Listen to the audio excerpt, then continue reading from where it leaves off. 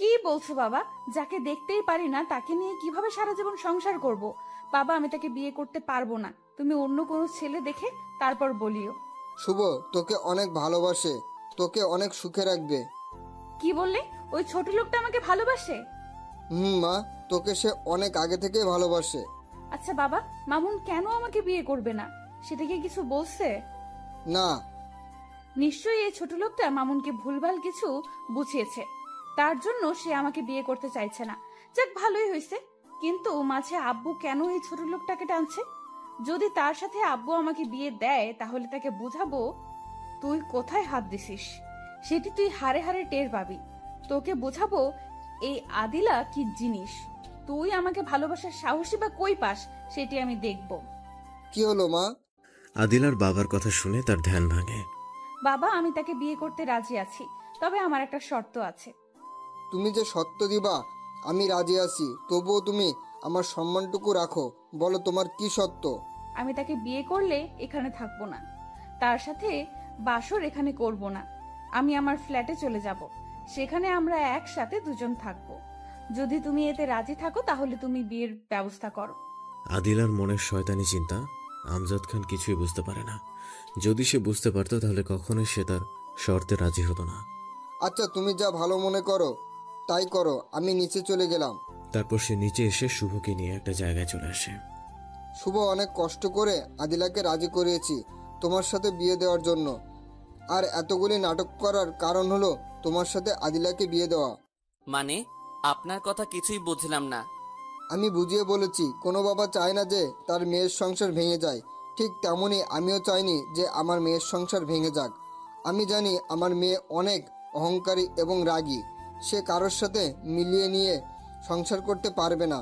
এতে হতে পারে তার সংসার ভেঙে যাবে, তা আমি চাই না। আর তুমি এগুলো জানা থাকা সত্ত্বেও তাকে তুমি ভালোবেসেছো। তুমি পারবে তাকে মানিয়ে নিয়ে চলতে, তার করা অন্যায় তাকে ক্ষমা করে দিয়ে তাকে ভালোবাসতে। তাই আমি মামুনকে দিয়ে এরকম একটা নাটক করি, তাকে দিয়ে বিয়ে ঠিক করা, বিয়ের দিন আসতে না করা, শুধু তোমার সাথে বিয়ে দেওয়ার জন্য, যাতে আদিলা আমার সম্মানের কথা চিন্তা করে তোমাকে বিয়ে করে। কালেও রাজি হতো না, তাই আমার এমন করতে হয়েছে। পারবে না শুভ আমার অহংকারী মেয়েটাকে আর 10টা 5টা সাধারণ মেয়ের মতো বানাতে? তুমি তার অপরাধগুলি ক্ষমা করে তার সাথে সুখে সংসার করতে? পারবো। অতঃপর আমজাদ খান তাদেরকে যথাসময়ে কাজী দিয়ে বিয়ে পড়িয়ে দেয়। আদিলা তার শর্ত অনুযায়ী শুভকে নিয়ে তার ফ্ল্যাটে চলে যায়। আর তখনই আদিলা শুভর কলার ধরে। শুভ রুমে ঢুকতে আদিবা কলার ধরে। কুত্তার বাচ্চা, তোর সাহস কি করে হলো আমাকে ভালোবাসার? আমার জিনিস খেয়ে বেঁচে আছিস, এখন আমার বিয়ে নামক ফাঁদে ফেলে সব কিছু তোর করে নিতে চাস? কুত্তার বাচ্চা, সেই আশা তোর কখনো পূরণ হবে না। তোকে তো কয়টা দিনের মধ্যেই ডিভোর্স দিব, আর এই কয়দিনে তোর এমন অবস্থা আমি করব যাতে জীবনে কখনো আমার দিকে চোখ তুলে তাকাতে না পারিস। তোকে আজ বুঝাবো এই আদিলা কি জিনিস, কাকে জীবন সঙ্গী বানাতে যাচ্ছিস। তোর কি যোগ্যতা আছে আমাকে বিয়ে করার, বল? বিশ্বাস করো, আমি তোমার ধন সম্পদ কিছুই চাই না। আমি শুধু তোমাকে চাই, তোমাকে ভালোবেসে বাঁচতে চাই। তোমার মনে হিংসা দূর করে সেগুলো ভালোবাসায় পরিণত করতে চাই। তোর সাহস কি করে হলো আমাকে তুমি করে বলার, আমাকে ভালোবাসি সেটি বলার? আর কি বললি আমি অহংকার করি? তোকে তো আজ আমি মেরেই ফেলবো। এই বলে দরজার আড়াল থেকে একটা লাঠি নিয়ে শুভকে মারতে শুরু করে। শুভকে মারতে মারতে রক্তাক্ত করে ফেলে। কিছুক্ষণ পর আদিলা আবার বলতে শুরু করে, বল, কি জন্য তুই আমার বিয়ে ভাঙছিস? মামুনকে কি ভুলভাল বলছিস তার জন্য সে আমাকে বিয়ে করতে না করলো? বল কি বলছিস? না বললে তোকে আজ একেবারে মেরে ফেলবো। বিশ্বাস করেন, আমি মামুনকে কিছু বলি নাই। সে কি জন্য মানা করছে আমি জানি না। চুপ, ছোট লোকের বাচ্চা। তোদের মতো ছেলেদের আমার ভালো করে চেনা আছে। বড় লোকদের পেছন পেছন ঘুরিস, তাদেরকে এটা সেটা বুঝিয়ে তাদেরকে প্রেমের ফাঁদে ফেলে টাকা পয়সা হাতিয়ে নিস। তোকে যদি আগে 2-1টা চট থাপ্পড় না দিয়ে যদি আজকের মতো লাঠি পিটা করতাম তাহলে হয়তো কখনো এমন সাহস তোর হতো না। আর শোন, তোকে নিয়ে তো আমি কখনো সংসার করতে পারবো না। তোকে দেখলেই আমার শরীরের রক্ত টকবক করে। এই মাসে তোর জীবনের 12টা আমি বাজিয়ে দেব। বাবাকে বলছি তারা যাতে 1 মাসে আমাদের খোঁজ খবর না নেয়। আমি বাবার থেকে সময় নিয়েছি শুধু তোকে কষ্ট দেওয়ার জন্য। তুই জানতি আমি তোকে দেখতে পারি না, তাহলে কেন আমাকে বিয়ে করলি? এর শাস্তি আমি তোকে দেবই। যা এখন ঘর থেকে বের হ। আজ এইটুকুই, আগামীকাল আরো ধরবো। এই বলে আদিলা গিয়ে খাটের উপর শুয়ে পড়ে। শুভর আদিলার ব্যবহার দেখে যেন তার বাক শক্তি হারিয়ে ফেলছে। কোনো কথাই সে বলতে পারছে না। আদিলার কথা শুনে কষ্ট করে উঠতে যাবে, কিন্তু সে সারা শরীর ব্যথার কারণে উঠতে পারছে না। তবু কষ্ট করে উঠে সোফার দিকে যেতে থাকে। তখনই আদিলা, এই ছোট লোক, কই যাস? সোফাতে তোর মতো খ্যাতের বসার যোগ্যতা হয়নি। তুই ওখানে বসলে ওইটা ময়লা হয়ে যাবে। যা বারান্দায় যা। তারপর শুভ ঘর থেকে বের হতে যাবে। তখন, এই ছোট লোক শোন, সকালে ঘুম থেকে উঠে যদি আমার কফি না পাই তাহলে বুঝবি কিন্তু। আর এগুলো শাস্তি যে তোকে দিতেছি, সেগুলো যদি কোনো ক্রমে আব্বু জানতে পারে তাহলে তোকে বালিশের মধ্যে চাপা দিয়ে মেরে ফেলবো। শুভ কোনো কথা না বলে ঘর থেকে বের হয়ে বেলকনিতে আস্তে আস্তে এক জায়গায় শুয়ে পড়ে। কিন্তু সারা শরীর ব্যথার কারণে ঘুম আসে না। এদিক সেদিক করতে করতে রাতের শেষ সময়ে ঘুমিয়ে যায়। এদিকে সকালে আদিলা ঘুম থেকে উঠে তার কফি না পেয়ে সে প্রচণ্ড রেগে যায়। তারপর বিছানা থেকে উঠে বেলকনিতে এসে দেখতে পায় শুভ ঘুমিয়ে আছে। কুত্তার বাচ্চা, আমার কফি না দিয়ে এখানে আরাম করে ঘুমাচ্ছিস? দাঁড়া, তোর এমন অবস্থা আজ আমি করব। এই বলে সে রান্নাঘরে চলে যায়। কিছুক্ষণ পর ফুটন্ত পানি নিয়ে এসে শুভর শরীরের উপর ফেলে দেয়। এতে শুভ একটা চিৎকার দিয়ে সেন্সলেস হয়ে যায়। এবার দেখলি তো আমার শাস্তি। যা উঠ, কফি নিয়ে আয়। কিন্তু শুভ আর উঠে না, বারবার গালি দিয়ে ডাকতে থাকে। তবু শুভর কোনো সারা শব্দ পাওয়া যাচ্ছে না। তখন আদিলা ভয় পেয়ে যায়। বেশি করে ফেললাম না তো আবার? ছোট লোকের বাচ্চার কি হলো, কথা বলছে না কেন? তারপর আদিলা তাদের পারিবারিক ডাক্তারকে ফোন দিয়ে আসতে বলে। ডাক্তার এসে শুভর অবস্থা দেখেই, এ কি, এর অবস্থা এরকম কি করে হলো? সমস্ত শরীর তো ঠোসা পড়ে গেছে। পরে আর কিছু না বলে ট্রিটমেন্ট শুরু করে। কিছুক্ষণ পর ডাক্তার তার শরীরে ঔষধ লাগিয়ে দিয়ে আদিলাকে আবার জিজ্ঞেস করে, এর এমন অবস্থা কি করে হলো? আমি তাকে গরম পানি নিয়ে আসতে বলছিলাম, আর সে পানি নিয়ে আসার সময় পা পিছলে পড়ে যায়, আর তাতে সমস্ত পানি তার শরীরে পড়ে এমন হয়ে যায়। আদিলা, আমি কিন্তু ডাক্তার, তাই বলতে পারি কোনটা অনিচ্ছা সত্ত্বে পরে এমন হয় আর কোনটা টর্চার করার কারণে এমন হয়। যদি তার পা পিছলে পড়ার কারণে তার শরীরে গরম পানি পড়ে এমন হয়, তাহলে তার শরীরে এত মায়ের দাগ কোথা থেকে আসলো? আদিলা, তুমি যে জিতের বসে অনেক বড় একটা ভুল করতেছো। আমি জানি তুমি তাকে ছোট থেকেই দেখতে পারো না। সে গরিব, তোমার বাবা তাকে রাস্তা থেকে তুলে আনছে বলে। এখন তো সে তোমার স্বামী, তাই এমন করা তোমার একদমই ঠিক হয়নি। যদি তার উপর কোনো জিদ থেকে থাকে তাহলে তাকে ক্ষমা করে দিয়ে নতুন করে শুরু করো, এতেই তোমার জন্য মঙ্গল। আদিলা, ছেলেটা অনেক ভালো, তোমাকে সে অনেক সুখে রাখবে। যদি তুমি এরকম তাকে আরও টর্চার করো তাহলে হয়তো অল্প কিছুদিনের মধ্যেই সে দুনিয়া ত্যাগ করবে। আদিলা, একটা কথা মনে রাখবে, সে গরিব হলে মানুষ মারলে ব্যথা তোমারে লাগে, তারে লাগে। জিতের বসে এমন কিছু করো না যে সারা জীবন আফসোস করতে হয়, সারা জীবন তার জন্য কাঁদতে হয়। আঙ্কেল, আপনাকে এত জ্ঞান দিতে হবে না। আপনাকে যেটার জন্য নিয়ে আসছি সেটা করে চলে যান। আর খবরদার, এগুলো যেন আব্বু না জানতে পারে, তাহলে কিন্তু আপনার অবস্থাও খারাপ হবে। তা করতে পারো, কারণ তোমাদের টাকা আছে। কিন্তু একটা কথা মনে রাখবে, টাকায় সব কিছু করতে পারে না। তুমি এখন বুঝতে পারছো না, একদিন আমার কথা মনে পড়বে। সেদিন হয়তো তোমার কাছে কাদা ছাড়া অন্য কোনো রাস্তা থাকবে না। তুমি সেদিন হাজার চেষ্টা করলেও ফিরাতে পারবে না। এখনো সময় আছে। আদিলা, তাকে মেনে নিয়ে সুখে সংসার করো। আঙ্কেল, আপনি আমাকে হাসালেন। এই ছোট লোকের জন্য আমি আফসোস করব, তা হয়তো এই জীবনে না। আর কি বললেন?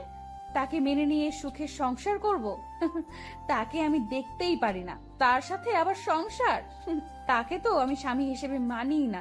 তাকে জাস্ট আমার পা চাটা গোলাম ভাবি। তাকে মারবো, আদর করব, সেটা আমার ইচ্ছা। তোমার যা ইচ্ছা করতে পারো। মনে রেখো, একদিন এই ডাক্তারের কথা তোমার মনে পড়বে, যা আমি আজ বললাম। আজ আমার কথা যেমন তুমি হেসে উড়িয়ে দিলে, সেদিন আমি তোমার মতো তোমার অবস্থা দেখে সেদিন হেসে উড়িয়ে দেব। আচ্ছা, আমি চললাম। যে ওষুধগুলো লিখে দিছি সেগুলো নিয়মিত তাকে খাও। আর যদি বেশি ভেজাল মনে করো তাহলে বাজার থেকে বিষ কিনে এনে খাওয়াও, তাহলে হয়তো চিরজীবনের জন্য ভেজাল মুক্ত হয়ে যাবে। এই বলে ডাক্তার চলে যায়। তারপর আদিলা ওই ঔষধগুলো আনার জন্য যায় যেগুলো ডাক্তার লিখে দিয়েছে। তার চিন্তা হলো তাকে তাড়াতাড়ি সুস্থ করে আবার কষ্ট দিতে। অসুস্থকে তার কষ্ট দিতে মন চায় না। অতঃপর আদিলা ঔষধগুলো নিয়ে আসে। শুভর এমন সেবা যত্ন করতে থাকে যেন সে সবকিছু ভুলে তাকে মেনে নিয়েছে। তার এরকম করার দুইটি কারণ: এক, তাকে তাড়াতাড়ি সুস্থ করে আবার কষ্ট দেয়া, আর দুই, সে শুভকে এটাই দেখাতে চেয়েছে যে সে অহংকারী হলেও তার ভেতরের মন নামক একটা জিনিস আছে, যেখানে আছে কারোর জন্য পরিপূর্ণ ভালোবাসা। কিন্তু সেই ভালোবাসা শুভর জন্য নয়।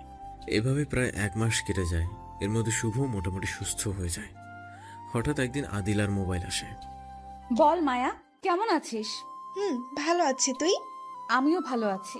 ভালো তো থাকবেই, এত সুন্দর একটা জামাই পাইছো, সারাদিন তাকে নিয়ে পড়ে থাকো, আমাদের কথা তো আর মনে হয় না। এসব বক বক না করে কি জন্য ফোন দিছিস সেটা বল। বলছি, ব্যস্ত হয়েছিস কেন? ফোনের টাকা আমার কাটতেছে না তোর? আমি রাখলাম, তুই বক বক করতে থাক। এই শোন আদিলা, বল। আজকে নাইট ক্লাবে আসতে পারবি? কেন? আজ মাদার তেরেসা আসবে ডান্স করতে, অনেক মজা হবে। আচ্ছা তাহলে যাব। যখন মাদার তেরেসা আসবে তাহলে সন্ধ্যায় রেডি থাকিস। পরে ফোন কেটে দেয়। সন্ধ্যার সময় আদিলা রেডি হয়ে যেতে লাগে। তখন, এই ছোট লোক শোন, তোকে এতদিন সব সময় আমার চোখে চোখে রাখছি, তোর আদর যত্ন করছি, তোকে সুস্থ করে তুলে আবার কষ্ট দেওয়ার জন্য। তোকে যে কষ্ট দিয়েছি সেটা যেন বাবা মা জানতে না পারে। এখন আমি বাইরে যাচ্ছি, এই সুযোগে যদি তাদেরকে কিছু বলিস তাহলে কিন্তু তোর জান থাকবে না, একদম মেরে ফেলবো। আমাকে এভাবে সবসময় কষ্ট দেওয়ার থেকে বিষ দিয়ে একেবারে মেরে ফেলতেই তো পারেন। চুপ থাক, তোকে আমি তিলে তিলে মারবো। একেবারে মেরে ফেললে তো আমার জ্বালা মিটবে না। তোর সাথে পরে কথা বলবো, আমার দেরি হয়ে যাচ্ছে। এই বলে চলে যায়। অতঃপর আদিলা সেখানে গিয়ে আনন্দ ফুর্তি করে আর প্রচুর পরিমাণে ড্রিঙ্কস করে। এদিকে শুভ একটা চেয়ারে বসে কিসের যেন পেপারে সাইন করছে। এমন সময় পেছন থেকে কে যেন তার গলা বাড়িয়ে ধরে। এই জানু, কি করছো? শুভ পেছন তাকাতেই ভূত দেখার মতো চমকে ওঠে, কারণ মেয়েটি ছিল আদিলা।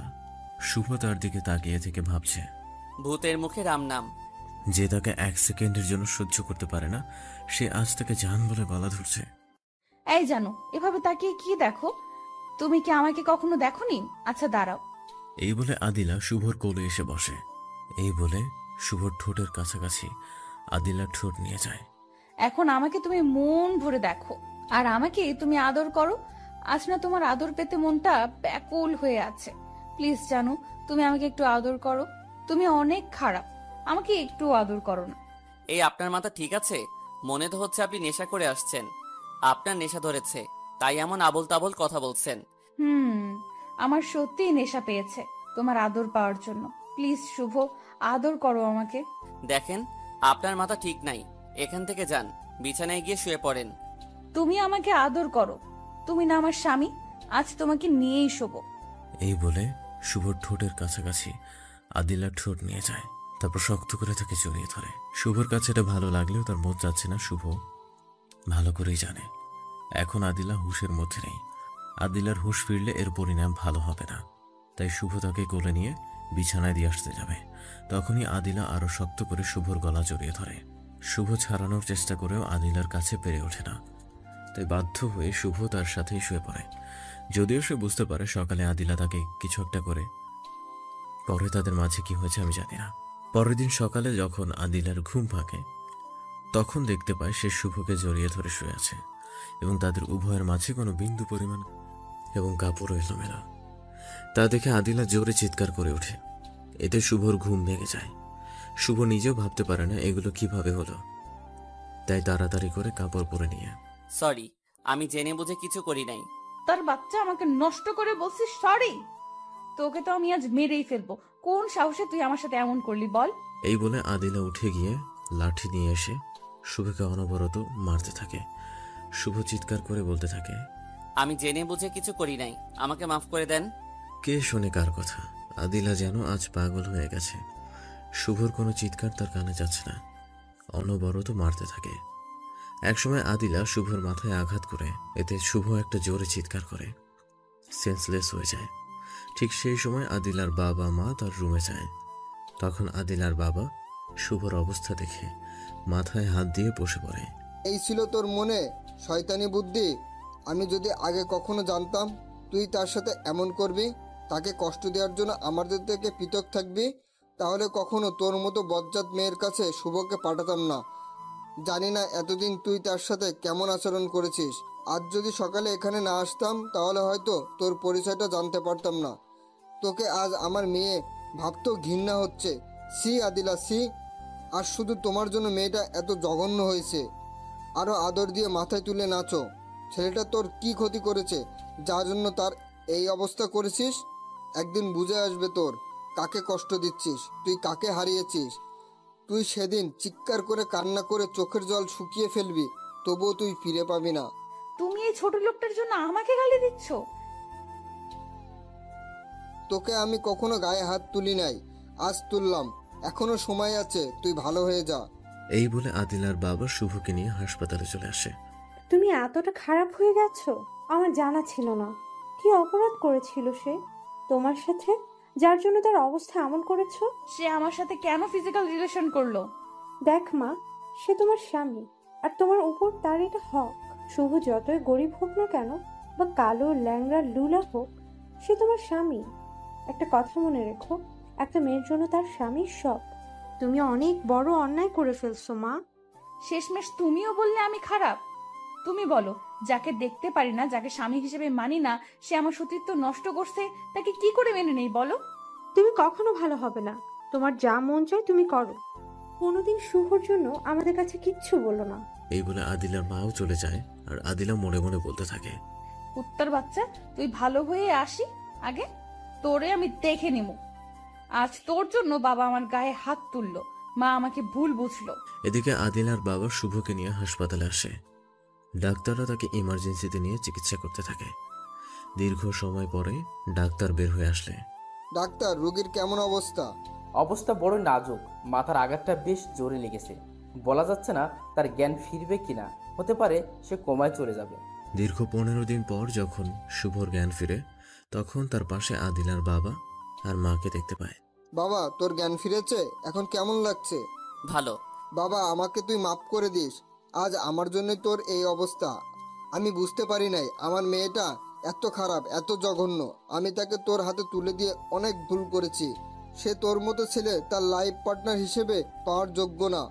কোনো বাবাই চায় না তার মেয়ের সংসার ভেঙে যাক, ঠিক আমিও চাইতাম না। কিন্তু এখন তার অবস্থা দেখে আমি আর চাই না তোদের সংসার টিকে থাকুক, তোকে আবার সে কষ্ট দেখ। আমি বাবা হয়ে তোদের ডিভোর্স করিয়ে তোকে ভালো একটা মেয়ে দেখে বিয়ে করাবো, তবুও তুই আমাকে মাফ করে দে। আঙ্কেল, আপনি এগুলো কি বলছেন? পাগল হয়েছেন নাকি? আপনি আমার বাবার মতো, আর বাবার সন্তানের কাছে ক্ষমা চাওয়া এটা শোভা পায় না। আঙ্কেল, আর আপনি কোনো ভুল করেননি, তাহলে কেন আমার কাছে মাপ চাইতেছেন? আমি তাকে ভালোবেসেছিলাম আর ভালোবেসেই যাব। আমার কপালটাই খারাপ। যাকে ভালোবাসলাম, যাকে নিয়ে ঘর বাঁধার স্বপ্ন দেখতাম, সে আমাকে দেখতেই পারে না। জানি না কেন আমার উপর তার এত জিদ। আজ হয়তো বুঝতে পারছে না, আমাকে কষ্ট দিচ্ছে। একদিন ঠিকই বুঝে আসবে তার সেই দিনটা। অপেক্ষায় আছি। যদি সে আমাকে আরো মারতে চায়, কষ্ট দিতে চায়, দিবে। আমি তার পিছনে আঠার মতো লেগেই থাকবো। একদিন তো সে আমার ভালোবাসা বুঝবে। আর আঙ্কেল, এমন কথা আর কখনো মুখে আনবেন না। জন্ম মৃত্যু একবারই হয়, তেমনি বিয়েটাও আমি তাদের মধ্যেই ধরি। আদিরা যত পারুক আমাকে কষ্ট দিক, একদিন তো আমাকে ভালোবাসবে। আমি সেই অপেক্ষায় থাকবো। আঙ্কেল, আপনার কাছে হাত জোর করে বলছি, আমাদের সংসার আপনি ভাঙবেন না, যদিও সে আমাকে আরো কষ্ট দেয়। আদিলার বাবা শুভর কথা শোনার সাথে সাথে শুভকে জড়িয়ে ধরে কেঁদে দেয়। তুই অনেক ভালো রে। আমার মেয়েটা কেন বোঝে না সে কাকে হারাতে চলেছে? তখনই একটা ডাক্তার রুমে আসে। আপনারা এখন বাইরে যান, রোগীরে চেক আপ করবো। ডাক্তারের কথা শুনে তারা বের হয়ে যায়। কিছুক্ষণ পর ডাক্তার শুভকে চেক আপ করে বের হলে। ডাক্তার সাহেব, তাকে কি আমরা বাসায় নিয়ে যেতে পারি? আজ পারবেন না, আগামীকাল নিয়ে যাবেন। এই বলে ডাক্তার চলে যায়। পরের দিন আদিলার বাবা শুভকে বাসায় নিয়ে আসে। এদিকে আদিলা শুভর কথা একটাবারেও মনে পড়েনি। সে চলছে তার মতো বিন্দাস লাইফে। 15 দিন পর শুভ মোটামুটি সুস্থ হয়ে ওঠে। এদিকে আদিলা তার ফ্ল্যাটে একা একা থাকতে ভালো লাগছে না, তাই সে তার বাবার বাসায় চলে আসে। অতঃপর সে তার নিজের রুমে গিয়ে শুভকে তার রুমে শুয়ে থাকতে দেখতে পায়। এতে আদিলা রেগে যায়। কুত্তার বাচ্চা, তো সাহস কি করে হলো আমার রুমে আমার বিছানায় শুয়ে থাকার? তোকে আজ আমি মেরেই ফেলবো। আমার বিছানায় অনুমতি ছাড়া তুই কেন শুয়েছিস? আর আর তোর মতো ছোট লোকের এরকম বেডে শুয়ে থাকা মানায় না। তুই অনেক বড় অন্যায় করে ফেলছিস। তোর জন্য বাবা আমার গায়ে হাত তুলছে, যে বাবা কখনো আমাকে ধমক দিয়ে কথা বলে নাই। আমার মা আমাকে ভুল বুঝছে, আমার সাথে কথা বলে না। তোকে আজ আমি মেরেই ফেলবো। এই বলে সে লাঠি খুঁজতে থাকে। তখনই লাঠি নিয়ে মারতে যাবে, আর হঠাৎ সে মাথা ঘুরে মাটিতে পড়ে সেন্সলেস হয়ে যায়। অতঃপর শুভ তাকে ধরে নিয়ে হাসপাতালে নিয়ে, সাথে তার বাবা মাও যায়। অতঃপর ডাক্তার আদিলাকে চেক আপ করে বের হয়ে আসে। কি হয়েছে ডাক্তার আমার মেয়েটার? মিষ্টিমুখ করান, আপনি নানা হতে চলছেন। কি? ডাক্তারের কথা শুনে তারা খুশিতে আত্মহারা হয়ে যায়। এই হিসেবে যে আদিলা তার সন্তানের দিকে তাকিয়ে হলেও শুভকে মেনে নেবে। তোমরা থাকো, আমি মিষ্টি নিয়ে আসছি। আমিও যাব তোমার সাথে। আচ্ছা চল। তারপর শুভকে রেখে তারা মিষ্টি আনতে চলে যায়। এদিকে শুভ গিয়ে আদিলার পাশে বসে জ্ঞান ফেরার অপেক্ষায় বসে আছে। কিছুক্ষণ পর আদিলার জ্ঞান ফিরলে, আই ছোট লোকের বাচ্চা, আমি এখানে কেন? আমি তো রুমে ছিলাম। আমাকে এখানে কে নিয়ে আসলো? আর আমার বাবা মা কোথায়? আপনার বাবা মা মিষ্টি আনতে গেছে মানুষদের খাওয়াবে বলে। কি কি আপনি মা হতে চলছেন, তাই সবাইকে মিষ্টি খাওয়াবে। কি বললি? আমি মা হতে চলছি? তার মানে সেই দিনের জন্যই তোর বাচ্চা আমার পেটে? আমি তোর মতো নির্লজ্জ বেহায়ার এই বাচ্চা আমার পেটে লালন পালন করতে পারবো না। আমি এখনই নষ্ট করে দেব। এই বলে আদিলা বেড থেকে উঠে বের হতে লাগে। তখন শুভ আদিলার পা জড়িয়ে ধরে। আপনার দোহাই লাগে, এই নিষ্পাপ বাচ্চাটার কোনো দোষ নেই, তাকে নষ্ট করিয়েন না। তার জীবনের বিনিময়ে আপনি আমাকে যা করতে বলবেন আমি করব, তবু তাকে নষ্ট করবেন না। আচ্ছা, যদি তুই আমার দুইটা শর্ত মানতে পারিস তাহলে তোর এই সন্তান পেটে রাখবো, না হলে তাকে নষ্ট করে দেব। বলেন আপনার শর্ত। 1, তোর সন্তান দুনিয়াতে আসার আগ পর্যন্ত তুই আমার চাকর হয়ে থাকবি। আমি তোকে যা করতে বলবো তাই করবি, এবং আমার বাবা মাকে তুই বোঝাবি যে আমি তোকে কষ্ট দিলে তারা যেন কিছু না বলে। তোকে কষ্ট দিলে যদি আমার বাবা মা কিছু বলে তাহলে আমি তোর এই সন্তান নষ্ট করে দিব। 2, তোর সন্তান এই দুনিয়াতে আসলেই তাকে নিয়ে তুই আমার জীবন থেকে চিরজীবনের জন্য চলে যাবি, ডিভোর্স পেপার সাইন করে। যদি তুই এই 2 শর্তের রাজি থাকিস তাহলে আমি তোর এই সন্তান আমার পেটে লালিত পালিত করব। শুভ কিছুক্ষণ ভাবার পর, আমি আপনার দুটি শর্তে রাজি, তবে আপনি কথা দেন যে আপনি এমন কোনো কাজ করবেন না যে আমার সন্তানের ক্ষতি হয়। আচ্ছা, কথা দিলাম তোর সন্তানের কোনো ক্ষতি হবে না। এখন আমার পা ছাড়, আর শোন, তুই যেভাবে পারিস আমার বাবা মাকে রাজি করিয়ে তুই আমার ফ্ল্যাটে চলে আসবি, কিন্তু ভালো করে খেয়াল রাখিস তারা যেন আমাকে আবার ভুল না বোঝে। যদি ভুল বুঝে তাহলে কিন্তু তোর খবর আছে। তুই এই বাড়িতে থাকলে তোকে আমি কিছুই করতে পারবো না, না পারবো তোকে গোলাম বানাতে, না পারবো তোকে কষ্টও দিতে। কি হলো, পারবি তো? আমি আমার সন্তানকে বাঁচানোর জন্য সবই পারবো। গুড, এখন তুই সামনে থেকে সর। আচ্ছা, একটা কথা বলবেন? বল দেখি। আপনি আমার সাথে এমন করেন কেন? জানি না, তোকে দেখলেই আমার গা ঘিন ঘিন করে। তোকে একটু আমার সহ্য হয় না। এগুলো ভুলে কি আমাকে একটু ভালোবাসা যায় না? কি এমন অপরাধ আমি করেছি যার জন্য আমার সাথে এমন করেন? আমি গরিব বলেই আমার দোষ? আমি কি কারো ভালোবাসা পেতে পারি না? তুই হাসালি আমাকে। তোকে দেখতেই পারি না আবার ভালোবাসবো? আর হ্যাঁ, তুই ভালোবাসা পেতে পারিস তোর মতো কোনো ছোট লোকের, আমার না। ম্যাডাম, টাকাই কি সব? টাকাই কি সুখ দিতে পারে? পারে, টাকাই সবকিছু দিতে পারে। তুই এখন আমার সামনে থেকে সর, না হলে খারাপ কিছু হয়ে যাবে। শুভ আর কোনো কথা না বলে মন খারাপ করে কেবিন থেকে চলে আসে। কিছুক্ষণ পর আদিলার বাবা মা অনেকগুলো মিষ্টি নিয়ে এসে মানুষের মাঝে বিতরণ করে। অতঃপর তারা আদিলাকে নিয়ে বাসায় চলে আসে। যা ছোট লোক, আমার বাবা মাকে বুঝিয়ে আয় যে আমরা এখানে থাকবো না। ম্যাডাম, এখন যদি এগুলো বলি তারা কিছুতেই আমাকে আপনার সাথে ছাড়বে না। আপনি অন্তত কিছুদিন এখানে আমার সাথে ভালো ব্যবহার করেন, যেন তারা মনে করে আপনি আমাকে মেনে নিছেন। আপনি যদি কিছুদিন আমার সাথে ভালো ব্যবহার করেন তাহলে পরবর্তীতে আঙ্কেলকে বললেই আমাকে ছেড়ে দিবে। তার মানে তুই আমার আবার একই বিছানায় থাকতে চাইতেছিস আর সুযোগ খুঁজতেছিস?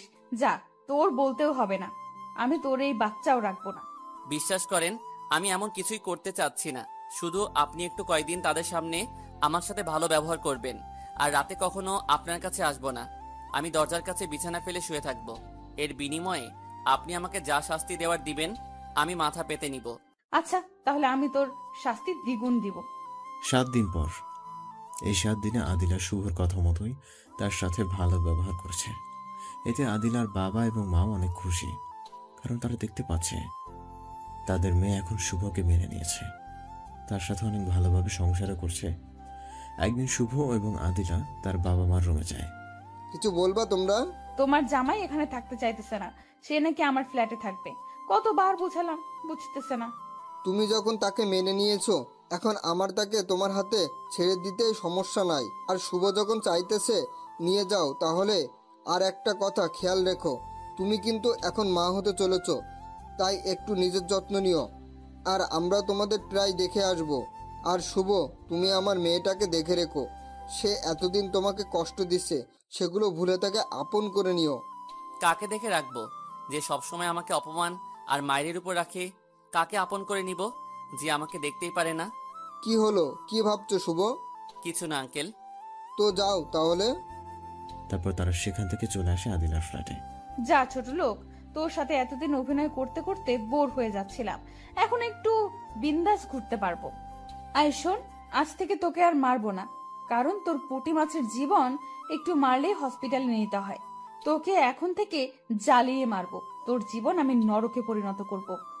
যা, এখন বাড়িটা পরিপূর্ণ পরিষ্কার করে আমার জন্য খানা বানাবি। যদি কিছু কম হয় তাহলে বুঝবি এই 7 দিনে তোর সাথে নাটক করার শাস্তিটা কেমন হয়। আদিলার কথা মতো শুভ কাজে লেগে যায়। কাজ করতে করতে প্রায় সন্ধ্যা হয়ে যায়।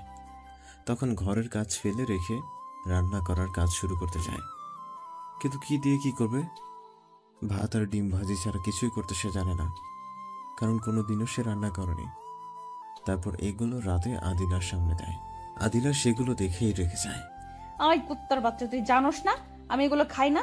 আর এটা কি ভাজি করছস, পুরে কালো করে ফেলছিস। যা, ভালো কিছু রান্না করে নিয়ে আসবি। এই বলে ভাতের প্লেট শুভর মুখের উপর ছুঁড়ে মারে। এতে শুভর অনেকখানি কপাল ফেটে যায়। কি রে, এভাবে দাঁড়িয়ে থাকলি যে? যা তাড়াতাড়ি, ক্ষুধার কারণে পেটে ইঁদুর লাফাচ্ছে, না হলে তোকে এখন খুন করে ফেলবো। এভাবেই আদিলা শুভকে প্রত্যেক দিন একটা না একটা কাজে ভুল ধরে কষ্ট দিতে থাকে। অবশেষে ডেলিভারির দিন যত কাছে আসতে থাকে তত আদিলা দুর্বল হতে থাকে। একদিন আদিলার প্রচন্ড জ্বর আসে। শুভ আদিলার মাথায় জলপট্টি দিতে যায়। তখনই আদিলা, তুই আমাকে স্পর্শ করবি না, আমি জ্বরের কারণে মরবো না। প্লিজ আদিলা, তুমি এখন অসুস্থ। আজকের দিনের জন্য আমার উপরে সমস্ত রাগ অভিমান ভুলে যাও। তুমি সুস্থ হও আগে, তারপর যা কিছু করতে পারো আমি মাথা পেতে নিব। এখন একটু তোমার সেবা করতে দাও।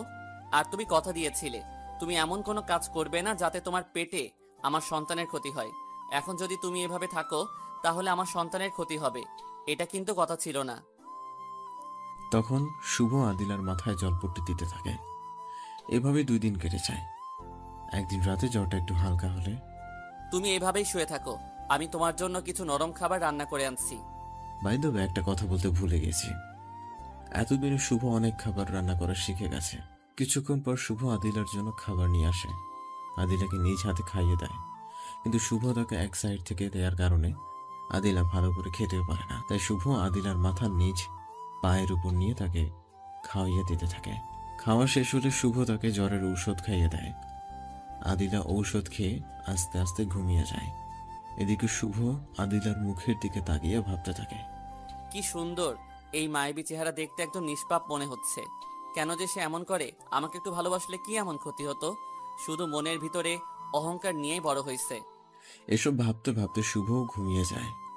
পরের দিন শুভ ঘুম থেকে উঠে আদিলাকে কোলে নিয়ে ওয়াশরুমে যেতে লাগে। তখন, আমাকে কোলে নিতে হবে না, আমি একাই যেতে পারবো। এখন আমার জ্বর নেই, শুধু একটু মাথা ব্যথা করছে, তাও হয়তো ঠিক হয়ে যাবে। আপনি কি ভাবছেন আমি এগুলো করছি আপনাকে ইমপ্রেস করার জন্য? তাহলে হয়তো ভুল ভাবছেন। আমি এগুলো করছি যাতে আপনার পেটে আমার সন্তানের কোনো কষ্ট না হয়। শুভর এই কথাটা কেন জানি আদিলার কাছে একটু খারাপ লাগে। তার খেদমত করছে তাকে ভালোবেসে না, বরং তার সন্তানকে ভালোবেসে। অতঃপর আদিলা কোল থেকে নেমে নিজেই আস্তে আস্তে ওয়াশরুমে চলে যায়। কিছুক্ষণ পর বের হয়ে আসলে, এদিকে আসেন, আপনার মাথায় একটু ম্যাসেজ করে দেই, এতে কিছুটা আরাম অনুভব করবেন। লাগবে না তোর মাসাজ, তুই এখান থেকে আমার সেবা করতে হবে না। রাগ করলেন আমার উপর? তোর উপর রাগ করব কোন দুঃখে? তুই আমার কে? ও তাও ঠিক, মন খারাপ করে। আচ্ছা আপনি শুয়ে থাকেন, আমি খাবার নিয়ে আসছি। কিছুক্ষণ পর শুভ খাবার নিয়ে এসে আদিলাকে দেয়। আদিলা হালকা কিছু খেয়ে ঔষধ খেয়ে ঘুমানোর চেষ্টা করে, কিন্তু মাথা ব্যথার কারণে ঘুমাতে পারছে না, শুধু এপাশ ওপাশ করছে। তা দেখে শুভ বিছানায় উঠে আদিলার মাথা নিজের পায়ের উপর রেখে মাথায় হাত বুলাতে থাকে। এতে আদিলা কিছুই বলে না। সে হয়তো এমনটাই চাচ্ছিল যেন কেউ তার মাথাটা একটু টিপে দেয়। আদিলা কিছুক্ষণ শুভর দিকে তাকিয়ে থাকে, চোখ বন্ধ করে নেয়। তখন হঠাৎ কলিং বেল বেজে ওঠে। কে? দরজা খোলা আছে, ভিতরে আসেন। লোকটি ভিতরে আসলে শুভ চমকে ওঠে। আঙ্কেল, আপনার এত সকাল সকাল? তোমরা তো আমাদের কথাই ভুলে গেছো, তাই আমরা তোমাদের দেখতে এবং নিতে আসলাম। জানো, তোমাদের এমন অবস্থা দেখে আমার অনেক আনন্দ হচ্ছে যে আমার মেয়েটা তোমাকে মেনে নিয়েছে। আমি চাই তোমরা সারা জীবন এভাবেই থাকো। তাদের কথার কারণে আদিলা জেগে যায়। অতঃপর সে শুভর কোল থেকে ওঠার চেষ্টা করে। তখন শুভ তার মাথা ধরে তুলে দেয়। মা, কেমন আছিস তুই? শুভকে পেয়ে আমাদের ভুলেই গেছিস? কি হলো মা, কথা বলবি না? রাগ করেছিস আমাদের উপর? না মানে আঙ্কেল, আদিলা অসুস্থ, জ্বর, মাথা ব্যথা, তাই হয়তো কথা বলতেছে না। কতদিন ধরে? এই তো 3 দিন। সে অসুস্থ, আমাদের একটু জানানোর প্রয়োজন মনে করিনি? এই সামান্য বিষয়ে আপনাদের চিন্তায় ফেলতে চাইনি, তাই বলিনি। এখন তার জ্বর নেই, একটু মাথা ব্যথা আছে। আচ্ছা, তাহলে তাকে ঘুমাতে দাও, পরে কথা বলবো। আর আজ বিকালে তোমাদের এখান থেকে নিয়ে যাব। এই বলে তারা অন্য রুমে চলে যায়। বিকেলে তাদের নিয়ে যেতে চাইলে শুভ না করে দেয় যে সে যাবে না, তার নাকি এখানে কিছু কাজ আছে। তাই আদিলার বাবা মা তাকে আর জোর করেনি, তারা আদিলাকেই নিয়ে চলে যায়। 2 দিন পর আদিলার মনে শূন্যতা অনুভব করে। কি যেন তার কাছে নেই, কি যেন তার জীবন থেকে হারিয়ে যাচ্ছে। কি সেটা, কাকে খুঁজছে সে, এসব ভাবতে থাকে। আমি কি তাহলে শুভকে ভালোবেসে ফেলেছি? তাকেই কি আমি খুঁজতেছি? তার শূন্যতায় কি আমাকে চিন্তায় ফেলছে? কেন এমন মনে হচ্ছে আমার? আমি কি তাকে হারিয়ে ফেলবো? না না, আমি পাগলটাকে হারাতে পারবো না।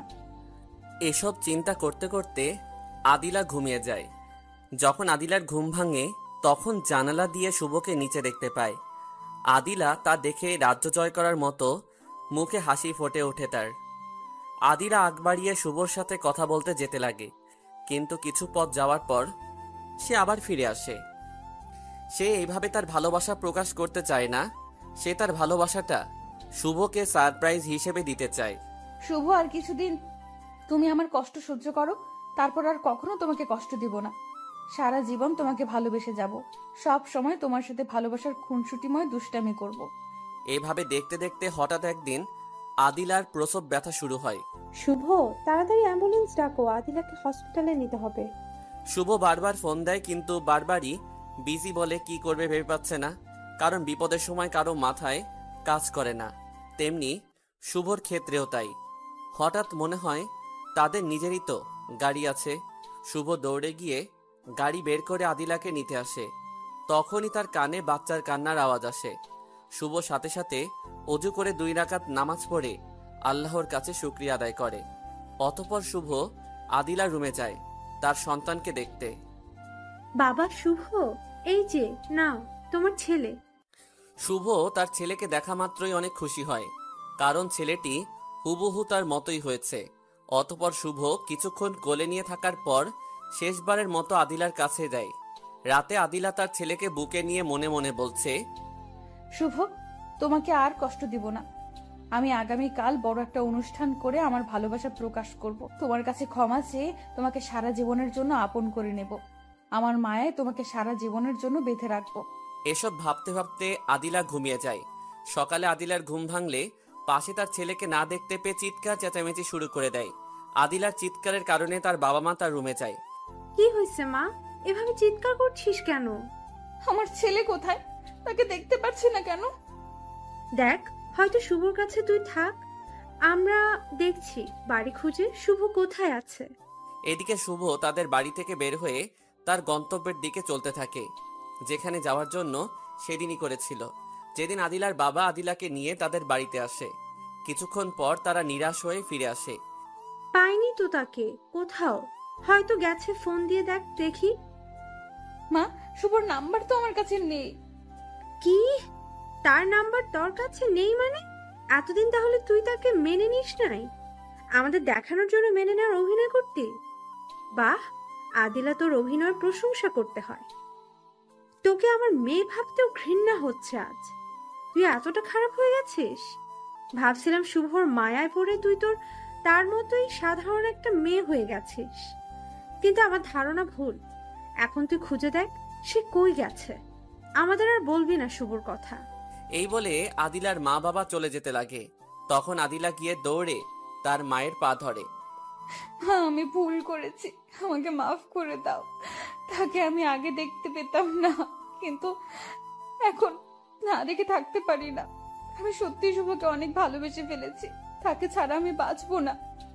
তোমরা তাকে আমার কাছে এনে দাও, তাকে একটা ফোন দাও। সে কই আছে, দাও না মা। আদিলার কাকুতি মিনতি দেখে ফোন দেয় শুভর নাম্বারে। তখন ফোনটা আদিলার টেবিলের উপরেই বেজে ওঠে। আদিলা সেখানে গিয়ে ফোনটা হাতে নিতেই নিচে দেখতে পায় একটা চিঠি পড়ে আছে। আদিলা সেটি খুলে পড়তে থাকে।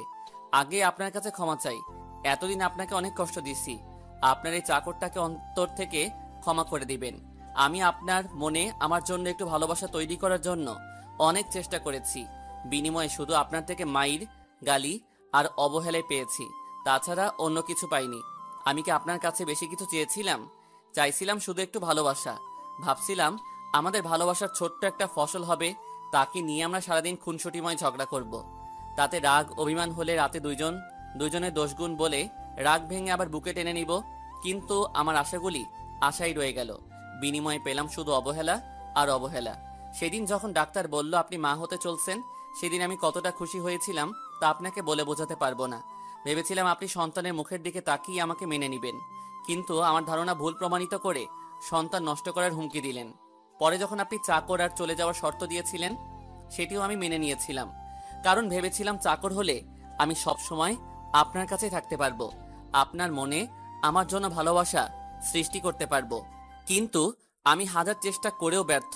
হয়তো আমার ভালোবাসায় কমতি ছিল, আমি পারলাম না আপনার মনে আমার জন্য বিন্দু পরিমাণ জায়গা করে নিতে। তাই আমি আপনার শর্ত অনুযায়ী আমার ছেলেকে নিয়ে চলে গেলাম আপনার জীবন থেকে। আর হ্যাঁ, শর্তের মধ্যে ডিভোর্সের কথাও ছিল, তা নিয়েও চিন্তা করতে হবে না। আপনার ডায়েরির নিচে ডিভোর্স পেপার রাখা আছে, আমি সাইন করে দিছি, আপনিও সাইন করে নিয়েন। পরিশেষে শুধু একটি কথা বলতে চাই, ম্যাডাম, আমার মতো অন্য কাউকে এত কষ্ট দিয়েন না। ভালোবাসার মানুষের কাছ থেকে কষ্টটা বড্ড যন্ত্রণাদায়ক হয়, সহ্য করা যায় না। আমি কষ্ট করে সহ্য করেছি শুধু এই আশায় যে একদিন হয়তো সবকিছু ভুলে গিয়ে আমাকে আপন করে নিবেন, বলবেন শুভ, তোমাকে বড্ড বেশি ভালোবেসে ফেলেছি, তোমাকে ছাড়া বাঁচবো না।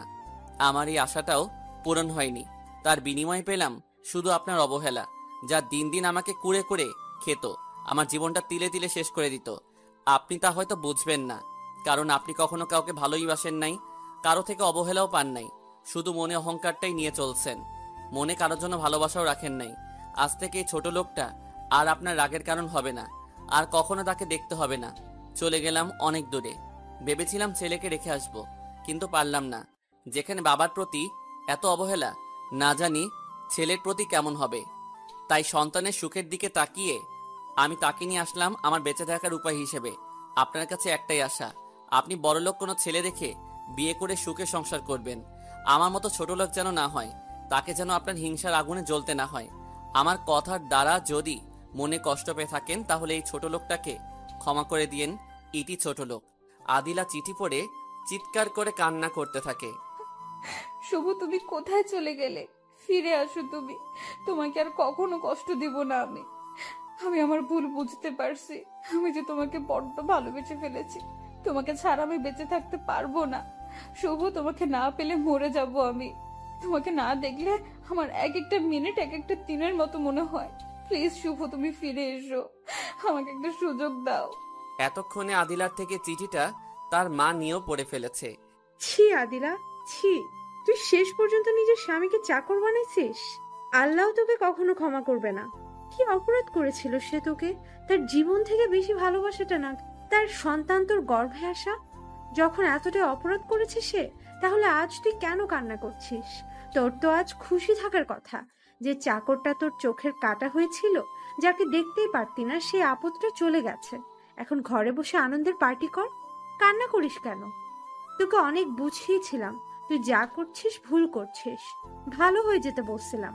যে সময় একদিন আসবে তোর কান্না করা ছাড়া কোনো রাস্তা থাকবে না, সেদিন আমার কথা মানিস না। আর আজ দেখ, সেই সময়টা এসে গেছে। এখন বসে বসে কান্না কর। আমি চললাম। আর শোন, শুভর ব্যাপারে আমাদের কাছে আর কিছুই বলতে আসবে না। এই বলে আদিলার মা বাবা চলে যায়। অতপর আদিলা চিৎকার করে কিছুক্ষণ কান্না করার পর তার মায়ের রুমে যায়।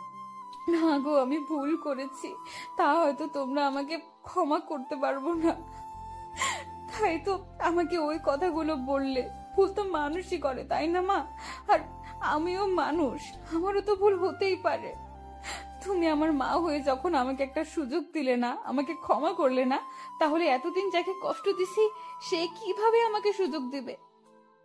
আমি অনেক খারাপ মা, অনেক বড় অন্যায় করে ফেলছি। তোমাদের এই পাপী মেয়েটার মুখ দেখতে হবে না, পারলে তোমার এই খারাপ মেয়েটাকে মাফ করে দিও গো মা। আজ আমার ঘুম পাচ্ছে, শেষবারের মতো তোমার কোলে একটু মাথা রেখে ঘুমাতে দিবে মা? বলো মা, দিবে? এই পাপী মেয়েটাকে আর কখনো এমন আবদার করব না, দিবে মা?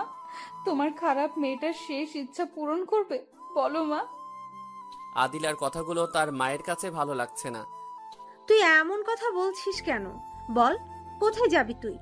ততক্ষণে আদিলা ঠাস করে মাটিতে পড়ে যায়। অতপর তার মুখ দিয়ে ফেনা বের হতে থাকে।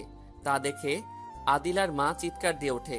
অতপর তাকে ধরে হাসপাতালে নিয়ে যায়। ডাক্তাররা তাকে ইমার্জেন্সিতে নিয়ে চিকিৎসা করতে থাকে।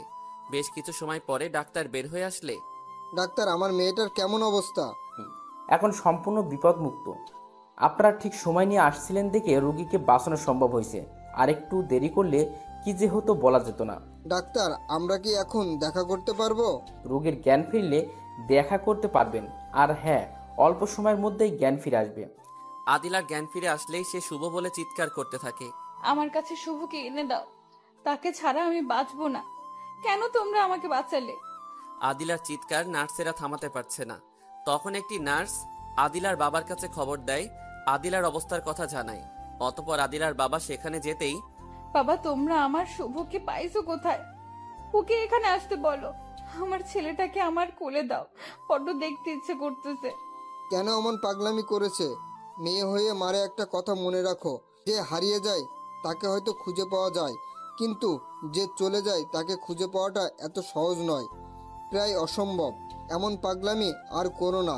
আমরা দেশের আনাচে কানাচে লোক লাগিয়ে দিয়েছি, যেখানে শুভকে দেখতে পারবে সেখান থেকে তাকে নিয়ে আসা হবে।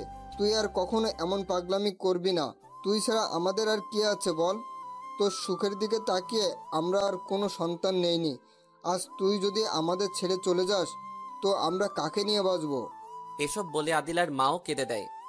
অতপর তাকে যখন ডাক্তার রিলিজ দেয়, তখন তাকে নিয়ে আসতে যাবে, তখনই হাসপাতালে দেখতে পায় সেই ডাক্তারকে যাকে আদিলা একবার শুভ চিকিৎসা করার জন্য তার বাসায় নিয়ে গিয়েছিল। আদিলা, মনে আছে আমার কথা? কি বলেছিলাম তোমাকে? একদিন সময় আসবে যেদিন তোমার কাছে কান্না করা ছাড়া কোনো রাস্তা থাকবে না। আজ সময়টা ঠিকই এসেছে। সেদিন তুমি আমার কথা হেসে উড়িয়ে দিয়েছিলে, আমার কথা বিশ্বাস করো নাই। সেদিন আমিও বলেছিলাম তোমার অবস্থা দেখে আমিও হাসবো, একদিন মন খুলে হাসবো। দেখো, সেই সময়টা ঠিকই এসেছে, কিন্তু আমি হাসবো না। আমি যদি আজ তোমার অবস্থা দেখে হাসি, তাহলে তোমার আর আমার মধ্যে মাঝে পার্থক্য কি হলো? একটা কথা কি জানো আদিলা, মেয়েরা যত অহংকারী বা দেমাগ দেখায় না কেন, যদি কোনো ছেলে তার পিছনে লেগে থাকে, চাই সে ছেলে গরিব হোক বা বড়লোক, মেয়েটি একদিন না একদিন তার প্রেমে পড়বেই। আর শুভ তো তোমার স্বামী ছিল। আমি আগেই জানতাম তুমি একদিন না একদিন তার প্রেমে পড়তেই, তাই তোমাকে আগে সাবধান করেছে। কিন্তু তুমি আমার কথা উপহাস করেছিলে, টাকার গরম দেখিয়ে বলেছিলে টাকায় সব সুখ দিতে। তার মতো ছোট লোক ছেলেকে দরকার নেই। আর শুধু তোমার কাছে একটাই প্রশ্ন, টাকা তোমাকে কতটা সুখ দিতে পেরেছে? এত টাকার অহংকার দেখিয়ে কি লাভ? আর যার জন্য মরতে বসেছো, তাকে তোমার টাকা তোমার কাছে নিয়ে আসতে পারছে না, কি লাভ বলো এত অহংকার করে? আঙ্কেল, আমাকে মাফ করে দেন, আমি আমার ভুল বুঝতে পারছি। প্লিজ আঙ্কেল, আমায় ক্ষমা করে দেন। আমার কাছে ক্ষমা চাওয়ার কি আছে? আমি সেদিন তোমার কথায় কিছু মনে করি নাই, কিন্তু তুমি যে তোমার ভুলটা বুঝতে অনেক দেরি করে ফেলেছো। না জানি শুভ এখন কোথায়? যদি তাকে কোথাও দেখতে পান তাহলে আমাদের একটু জানাবেন প্লিজ। আচ্ছা মা, জানাবানি। অতপর আদিলার বাবা মা তাকে নিয়ে বাড়িতে চলে আসে। আদিলাকে তার রুমে দিয়ে আসে। দেখ মা, আমার কোনো উল্টাপাল্টা কাজ করবি না। যদি তোর ভালোবাসা সত্যি হয়ে থাকে তাহলে তুই একদিন না একদিন শুভকে পাবি। শুভর ভালোবাসা পাওয়ার জন্য হলেও তোকে বেঁচে থাকতে হবে। কথা দে আমায় যে তুই কোনো উল্টাপাল্টা কাজ করবি না। আচ্ছা, কিন্তু মা, তাকে ছাড়া যে আমার ভালো লাগে না, একদমই বেঁচে থাকতে ইচ্ছে করছে না। আমার খুবই কষ্ট হচ্ছে মা, আমি কি করব? যদি তাকে না পাই তাহলে আমি মরে যাব। ভালোবাসা এত পাষাণ কেন মা? এত কেন কষ্ট দেয়? আমি নিতে পারছি না। আমার বেঁচে থাকতে ইচ্ছে করছে না। তোমরা আমার শুভকে এনে দাও মা। জানি না মা, ভালোবাসা বড্ড পাষাণ, মানুষকে শুধু কষ্ট দিতে জানে। যদি তারা তার মর্যাদা না দেয়, আমিও এরকম পরিস্থিতির শিকার হয়েছিলাম। যখন আমি কলেজে পড়ি তখন হঠাৎ একদিন তোর বাবার সাথে আমার দেখা হয়, আর সেদিনই তোর বাবা আমাকে প্রথম দেখে ভালোবেসে ফেলে। আমাকে প্রপোজও করেছিল সেদিন, কিন্তু আমি তার প্রপোজ অ্যাকসেপ্ট করিনি, কারণ সে গরিব ছিল, তার পোশাক দেখে বুঝে গিয়েছিলাম। কিন্তু এরপর থেকে তোর বাবা আমার পিছনে লেগেই থাকতো, প্রত্যেকটা দিন তার ভালোবাসার কথা আমাকে বলতো। আমি তাকে নানা রকম ভাবে অপমান করতাম, তবুও সে আমার পিছন ছাড়তো না। দেখতে দেখতে আমাদের কলেজ লাইফ প্রায় শেষ পর্যায়ে হয়ে আসে। সবাই সবার মতো কলেজ ছেড়ে চলে যাবে শেষ পরীক্ষার দিন তোর বাবা আমার সামনে আসে। এই, তোর লজ্জা শরম বলতে কিচ্ছু নেই? তুই দুইটা বছর ধরে আমার পিছনে লেগে আছিস। যদি তোমার কাছে আমার কোনো লজ্জা থাকতো তাহলে প্রথম দিনই, যেদিন তুমি আমাকে ফিরিয়ে দিয়েছিলে, সেদিন চলে যেতাম। তোমার পিছু পিছু ঘুরে বেড়াতাম না। আর শুধু তোমাকে একটা কথা বলবো, তারপর থেকে আর কখনো তোমাকে জ্বালাবো না, তোমাকে ডিস্টার্ব করব না। আচ্ছা, তাড়াতাড়ি বলে এখান থেকে দূর হ। আমি তোমার পিছে এতদিন ধরে ঘুরছি, আমার প্রতি তোমার একটুও ভালোবাসা হয়নি? বা আমাকে কখনো ভালোবাসো না?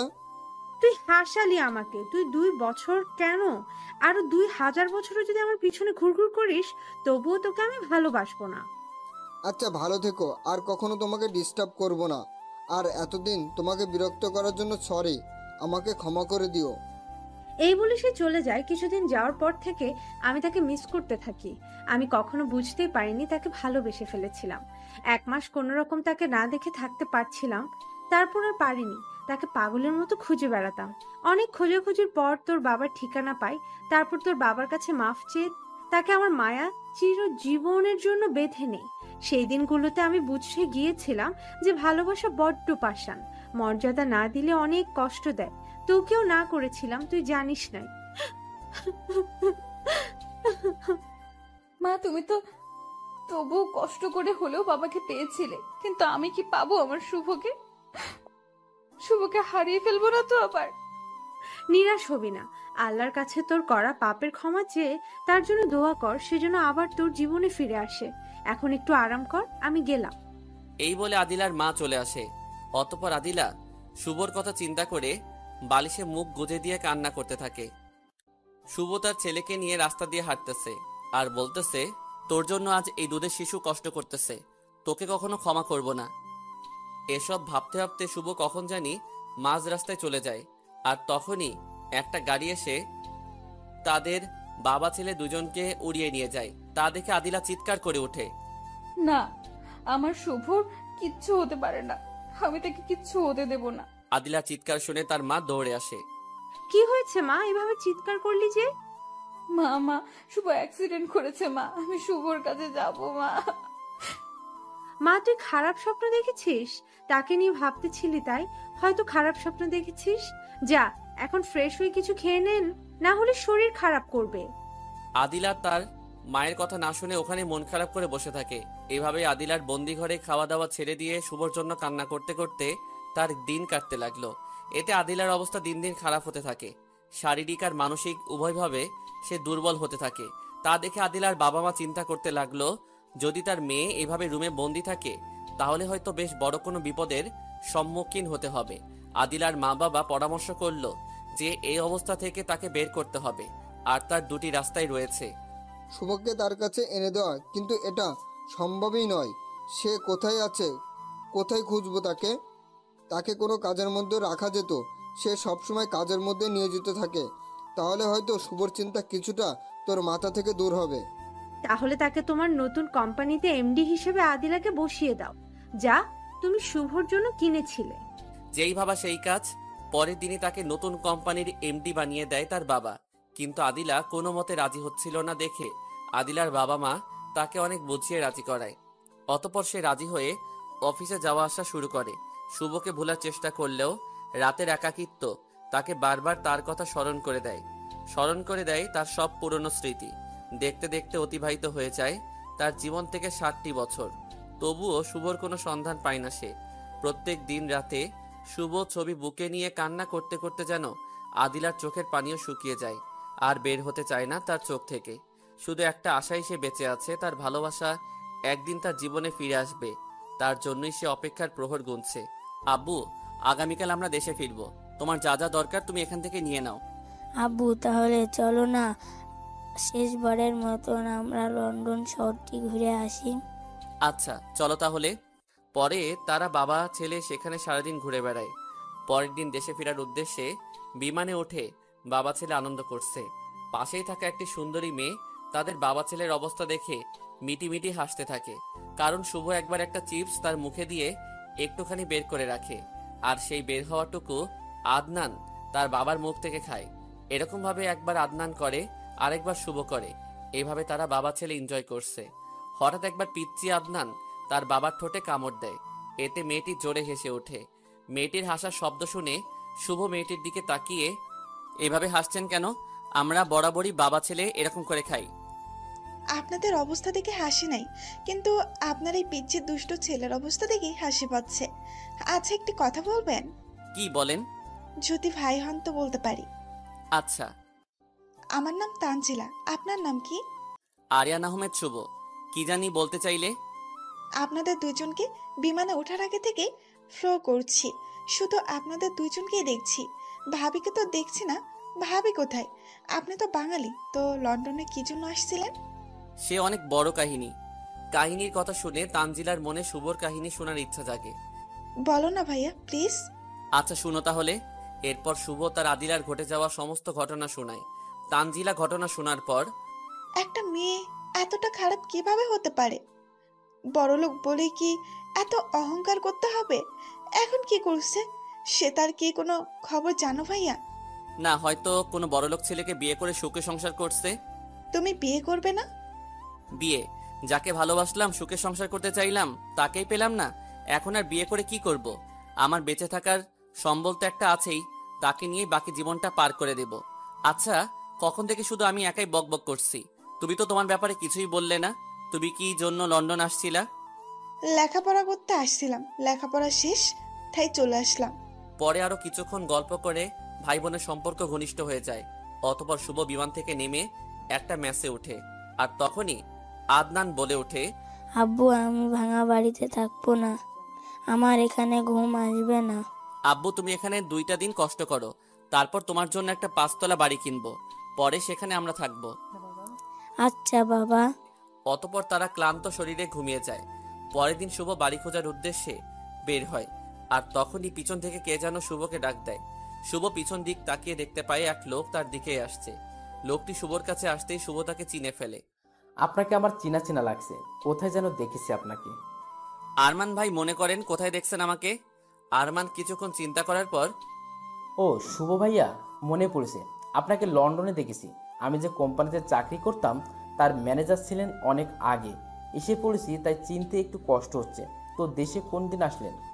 গতকাল আসছি, আর এখন এখানেই থাকবো ভাবছি। ছোটখাটো একটা বাড়ি কিনবো, আর কোনো একটা কোম্পানিতে চাকরি করব। কি, এই ঢাকা শহরে এমন কোনো কোম্পানি আছে যেখানে আপনি চাকরি করবেন? আপনি চাইলে তো বড় বড় 4-5টা কোম্পানি একাই কিনে নিতে পারবেন। আপনি করবেন আবার অন্যের আন্ডারে চাকরি? ভাই, আপনার কথা শুনে খুব হাসি পাচ্ছে, একটু হেসে নে। আরে ধুর, এত ভেজাল আমার ভালো লাগে না। ওখানে কষ্ট করে টাকা কামাইছি। আপনি আসার 1 বছর পরে একজনের সাথে শেয়ার করে একটা কোম্পানি দিয়েছিলাম। সেটাতে অনেক ভেজাল ছিল, এই করো সেই করো। আমার এগুলো ভালো লাগে না। সেখান থেকে টাকা আসতো অনেক, কিন্তু অনেক কষ্ট করতে হতো। এখন আর কষ্ট করতে মন চায় না, তাই রাকিব ভাইকে বুঝিয়ে দিয়ে চলে এসেছি। এখন সেখানকার ব্যবসায় যা লাভ হবে তা 3 ভাগের 1 ভাগ আমাকে দিবে, আর 2 ভাগ রাকিব নিবে। ও, ভালো করছেন। তো ভাই, এখন কই যাচ্ছেন? বাড়ি খুঁজতে বের হয়েছিলাম, একটা বাড়ি কিনবো। এদিকে তো কোনো ভালো বাড়ি বিক্রি করবে এমন নেই, তো আপনি এখন থাকছেন কই? গতকাল ম্যাচে উঠেছিলাম, আদনান সেখানে থাকতে চাচ্ছে না, তাই বাড়ি খোঁজার সন্ধানে বের হয়েছিলাম। যদি কিছু মনে না করেন, বাড়ি না পাওয়া পর্যন্ত যদি আপনি আমার বাসায় থাকতেন তাহলে নিজেকে ধন্য মনে করতাম।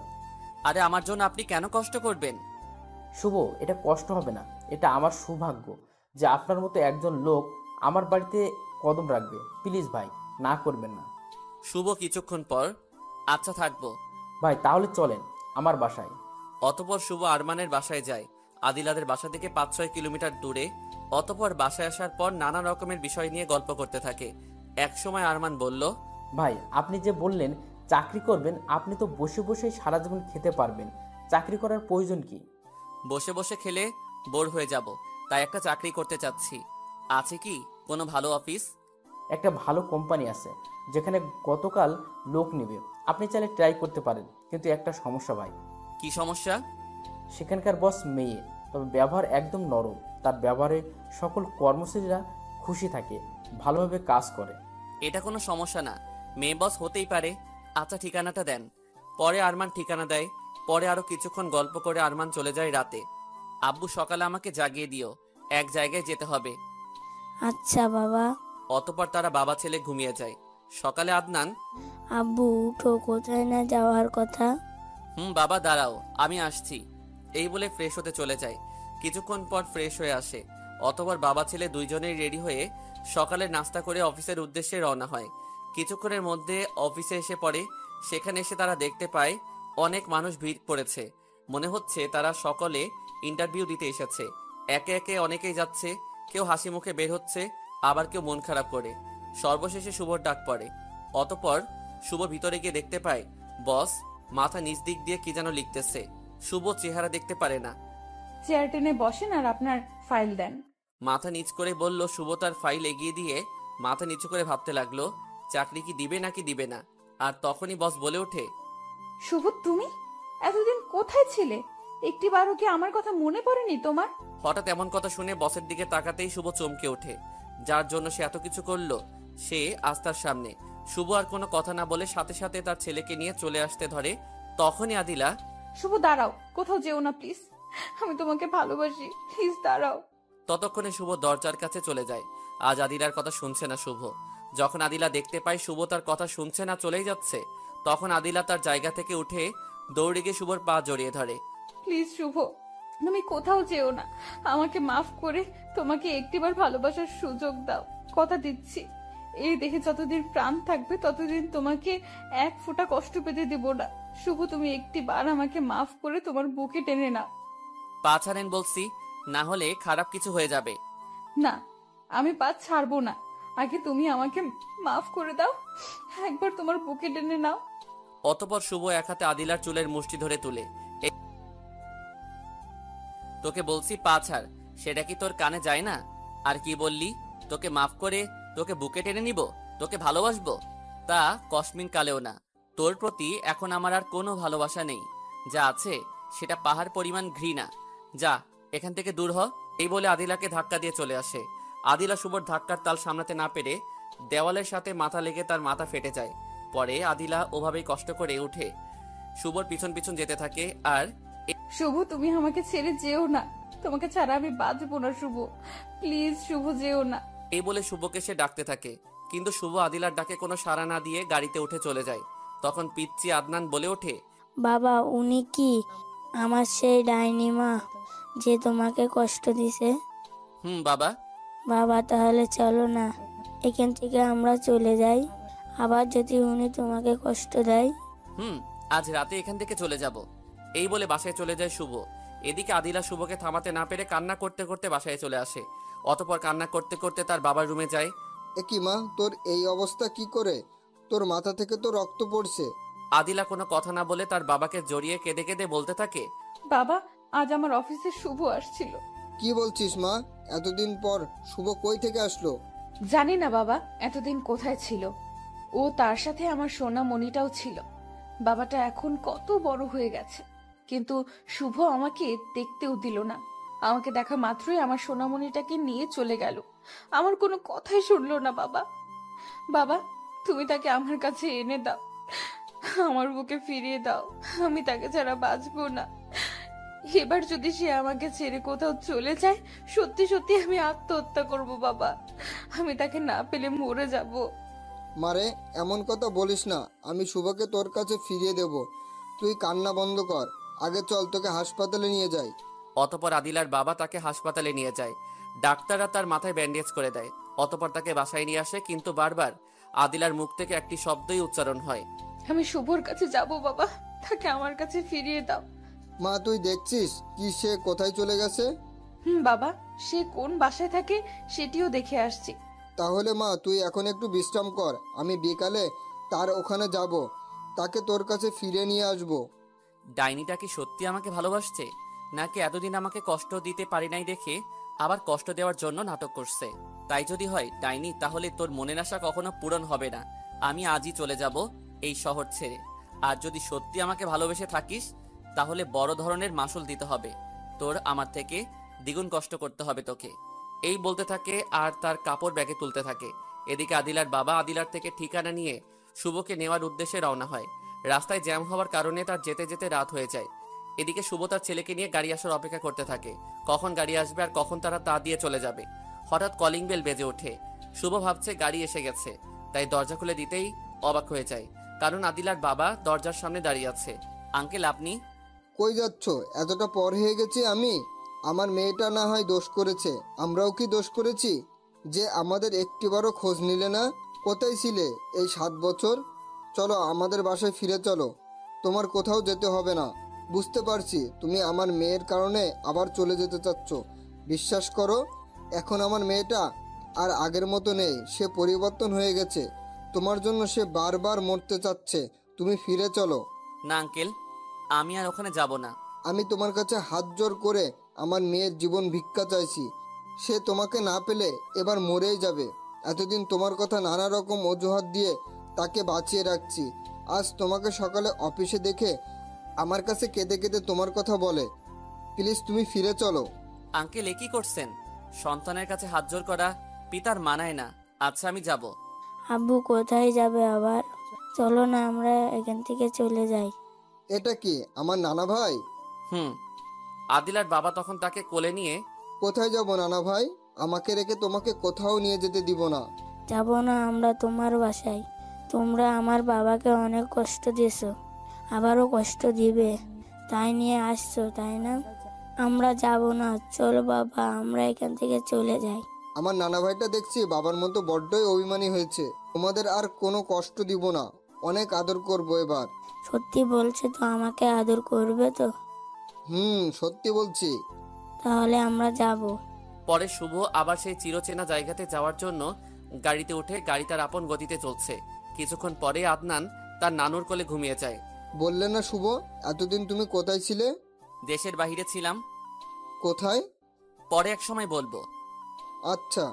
পরে তারা আরো কিছুক্ষণ নানা বিষয় নিয়ে গল্প করতে থাকে। অতবার বাড়িতে আসলে, শুভ যাও, আদিলার রুমে গিয়ে শুয়ে পড়ো। অনেক রাত হয়ে গেছে, সকালে কথা হবে। আমি নানু ভাইকে নিয়ে যাচ্ছি। অতপর শুভ আদিলার রুমে যেতেই আদিলা বিছানা থেকে দৌড়ে এসে জড়িয়ে ধরে শুভকে। আমি জানতাম তুমি আমাকে এখনো ভালোবাসো। তুমি আমাকে ছেড়ে যেতে পারো না। তুমি আমাকে ক্ষমা করে দাও। আমি আর কখনো তোমাকে কষ্ট দিব না। সারাটা জীবন তোমাকে ভালোবাসবো, আদর করব। শুভ সাথে সাথে আদিলাকে তার বুক থেকে ছাড়িয়ে, তুই কি ভাবছিস আমি তোর জন্য এখানে আসছি? তাহলে তুই সেটি ভুল ভাবছিস। আঙ্কেলের অনুরোধে এখানে আসছি। আর তুই কি বললি? তোকে এখনো ভালোবাসি? সেই পাগল আমি নই। একটা সময় ছিল যখন তোকে পাগলের মতো ভালোবাসতাম, সবকিছুর বিনিময় তোকে কাছে চাইতাম। এখন সেই ভালোবাসা সময়ের পরিবর্তনের কারণে ধুলোই মিশে গেছে, শেষ হয়ে গেছে। তোর প্রতি আমার ভালোবাসা হারিয়ে গেছে, তোর প্রতি আমার ভালোবাসার মায়া। যদি আবার কখনো জড়িয়ে ধরার চেষ্টা করিস বা আমার কাছে আসার চেষ্টা করিস, তাহলে আবার চলে যাব এদেশ ছেড়ে। যা, এখন সামনে থেকে সর। এই বলে শুভ সোফার দিকে যায়। ওই দিক কোথায় যাচ্ছ? তুমি খাটে যাও, আমি না হয় সোফায় শুয়ে থাকি। তোর এত দামি বিছানায় ঘুমানোর এই ছোট লোকের যোগ্যতা হয়নি। তুই তোর বিছানায় থাক, আমি তোর রুমেও আসতাম না যদি তোর বাবা আসতে না বলতো। তোর বাবার জন্যই তোর রুমে আমি আসছি। আমার সাথে আর কোনো কথা বলবি না, তাহলে কিন্তু খারাপ কিছু হয়ে যাবে। এই বলে শুভ সোফার উপরে শুয়ে পড়ে ঘুমিয়ে যায়। হঠাৎই রাতে কান্নার আওয়াজে শুভর ঘুম ভেঙে যায়। তখনই দেখতে পায় আদিলা তার পা বুকের সাথে জড়িয়ে নিয়ে অঝরে কান্না করছে আর বলছে, শুভ, আমাকে তুমি ক্ষমা করে দিয়ে একবার বুকে টেনে নাও। আমি না হয় তখন ভুল করেছিলাম, ভালোবাসা কি জানি নাই, অহংকারী ছিলাম, তাই তোমাকে কষ্ট দিছি। এখন তোমার সেই দুঃখগুলি ভালোবাসা দিয়ে ভোলানোর একটা সুযোগ তুমি আমাকে দাও। তুমি তো জানো শুভ, ভালোবাসার মানুষের থেকে কষ্ট পেলে কতটা আঘাত বুকে লাগে। আমি পারছি না শুভ তোমার করা অবহেলাকে সহ্য করতে। তাকিয়ে দেখো, আমি আর আগের মতো নেই, আমি ভালো হয়ে গেছি। তুমি আমাকে একটা সুযোগ দাও তোমার মনের রানী হতে। আমি দেখাবো তোমার মনের রানী হয়ে, শুধু একটি বার আমাকে মাফ করে দাও। এই, তুই কি আমাকে একটু শান্তিতে ঘুমাতেও দিবি না? তোর জন্য কি একটু শান্তিতে বাঁচতেও পারবো না? যদি আমাকে একটু শান্তিতে না থাকতে দিস তো আমাকে গলা টিপে মেরে ফেল, তবুও আমাকে একটু রেহাই দে। আমাকে একটি বার ক্ষমা করে দাও, মেনে নাও। তোমাকে কখনো কষ্ট দেব না, সব সময় ভালোবাসবো। এই, তুই কানের কাছে ঘ্যানর ঘ্যানর করা বন্ধ করবি নাকি আমাকে উঠতে হবে? যদি উঠি তাহলে কিন্তু তোকে মেরেই ফেলবো। তুমি আমাকে কি মারবে? আমি তো তোমার বিরহে আগেই মরে গেছি। দেখ, তোর কাছে আমি হাত জোর করে ক্ষমা চাইছি, তুই এখান থেকে যা। তোকে দেখতে, তোর কথা শুনতে আমি পারছি না, আমার কষ্ট হচ্ছে, আমাকে একটু রেহাই দে। অতঃপর আদিলা তখন সেখান থেকে চলে আসে, বিছানায় শুয়ে কাঁদতে কাঁদতে ঘুমিয়ে যায়। পরের দিন ঘুম থেকে উঠে আদিলা তার ছেলেকে দেখতে পায় সোফার উপর বসে মোবাইলে কি যেন করছে। তা দেখে আদিলা দৌড়ে গিয়ে তার ছেলেকে পাগলের মতো কপালে আর গালে চুমু খেতে থাকে। এই, কে আপনি? এমন পাগলামি করছেন কেন আমার সাথে? বাবা, আমি তোমার মা। আপনি আমার কেমন মা? জন্ম দিলে মা হওয়া যায় না, মনে নেই আপনার? যখন আমি আপনার পেটে ছিলাম তখন কি করেছিলেন? আমাকে মেরে ফেলার জন্য বাবাকে হুমকি দিয়েছিলেন। আমি তো আপনার পেটে ভাড়াটে হিসেবে ছিলাম। আপনার পেটের ভাড়া হিসেবে এক একটি দিন বাবাকে চাকর বানিয়ে রাখছে, গাধার মতো কাজ করিয়েছিলেন। আজ কেন আমার কাছে মা হওয়ার দাবি করছেন? আমার মা আমাকে অনেক আগে মেরে ফেলছে। আমার কোনো মা নেই। আমার বাবা আমার মা, বাবাই আমার বাবা। আমি আপনার পেটে আসায় যখন আমার বাবা দোষ ছিল, তাহলে কেন আমাকে ছেলে বলে চুমু খাচ্ছেন? আমার বাবার সাথে কেন এমন করেছিলেন? কি অপরাধ ছিল আমার বাবার? গরিব হওয়া কি আমার বাবার অপরাধ ছিল? জানেন বাবা আপনার সম্পর্কে আমাকে এই কথাগুলো বলতো আর কান্না করতো প্রত্যেকটি দিনই। বাবাকে দেখতাম কান্না করতো আপনার মতো। কোনো অহংকারী মেয়েকে আমি মা বলে ডাকতে পারবো না। আপনি যান এখান থেকে, আমার গেম খেলায় ডিস্টার্ব করবেন না। আদিলা তার ছেলের কথা শুনে চোখের পানি ছেড়ে দিয়ে অঝরে কাঁদতে থাকে আর বলতে থাকে, বাবা, তুই আমাকে ক্ষমা করে দে, আর কখনো তোদের কাউকে কষ্ট দেব না। শুধু একটি বার আমাকে মা বলে ডাক বাবা, একটি বার। পারবো না, যতদিন আমার বাবা আপনাকে মা বলে ডাকতে না বলবে ততদিন আমি আপনাকে মা বলে ডাকতে পারবো না, পারবো না, পারবো না। আমি যান এখান থেকে।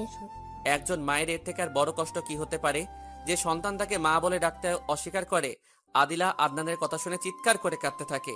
বাবা, তোরা আমাকে এভাবে কষ্ট দিস না, আমি নিতে পারবো না। বাবা, তোর কাছে হাত জোর করে বলছি, একটি বার আমাকে মা বলে ডাক। আমাকে ক্ষমা করে দিয়ে আমার বুকে আয়, আর কখনো তোদের কষ্ট দেব না। আমাকে একটা সুযোগ দে। তখন আদনান সাথে সাথে তার মাকে জড়িয়ে ধরে। সত্যি বলছো তো? আর আমার বাবাকে কষ্ট দিবা না? যদি আবার কষ্ট দাও তাহলে আমরা কিন্তু আবার লন্ডনে চলে যাব, আসবো না আর এখানে কখনো। আদিলা তার ছেলেকে কাছে পেয়ে আবার চুমু খায়। আদিলা কিছুক্ষণ পরে, তোদের আর কখনো কষ্ট দেব না, শুধু আদরই করব। বাবা, একটা কথা বলবি? বলো মা।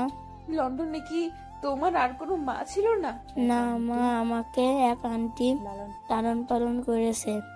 জানো মা, আমি প্রায় সময় বাবাকে দেখতাম তোমার ছবি মোবাইল থেকে বের করে চুমু খেত, আবার বুকের সাথে নিয়ে কান্না করতো।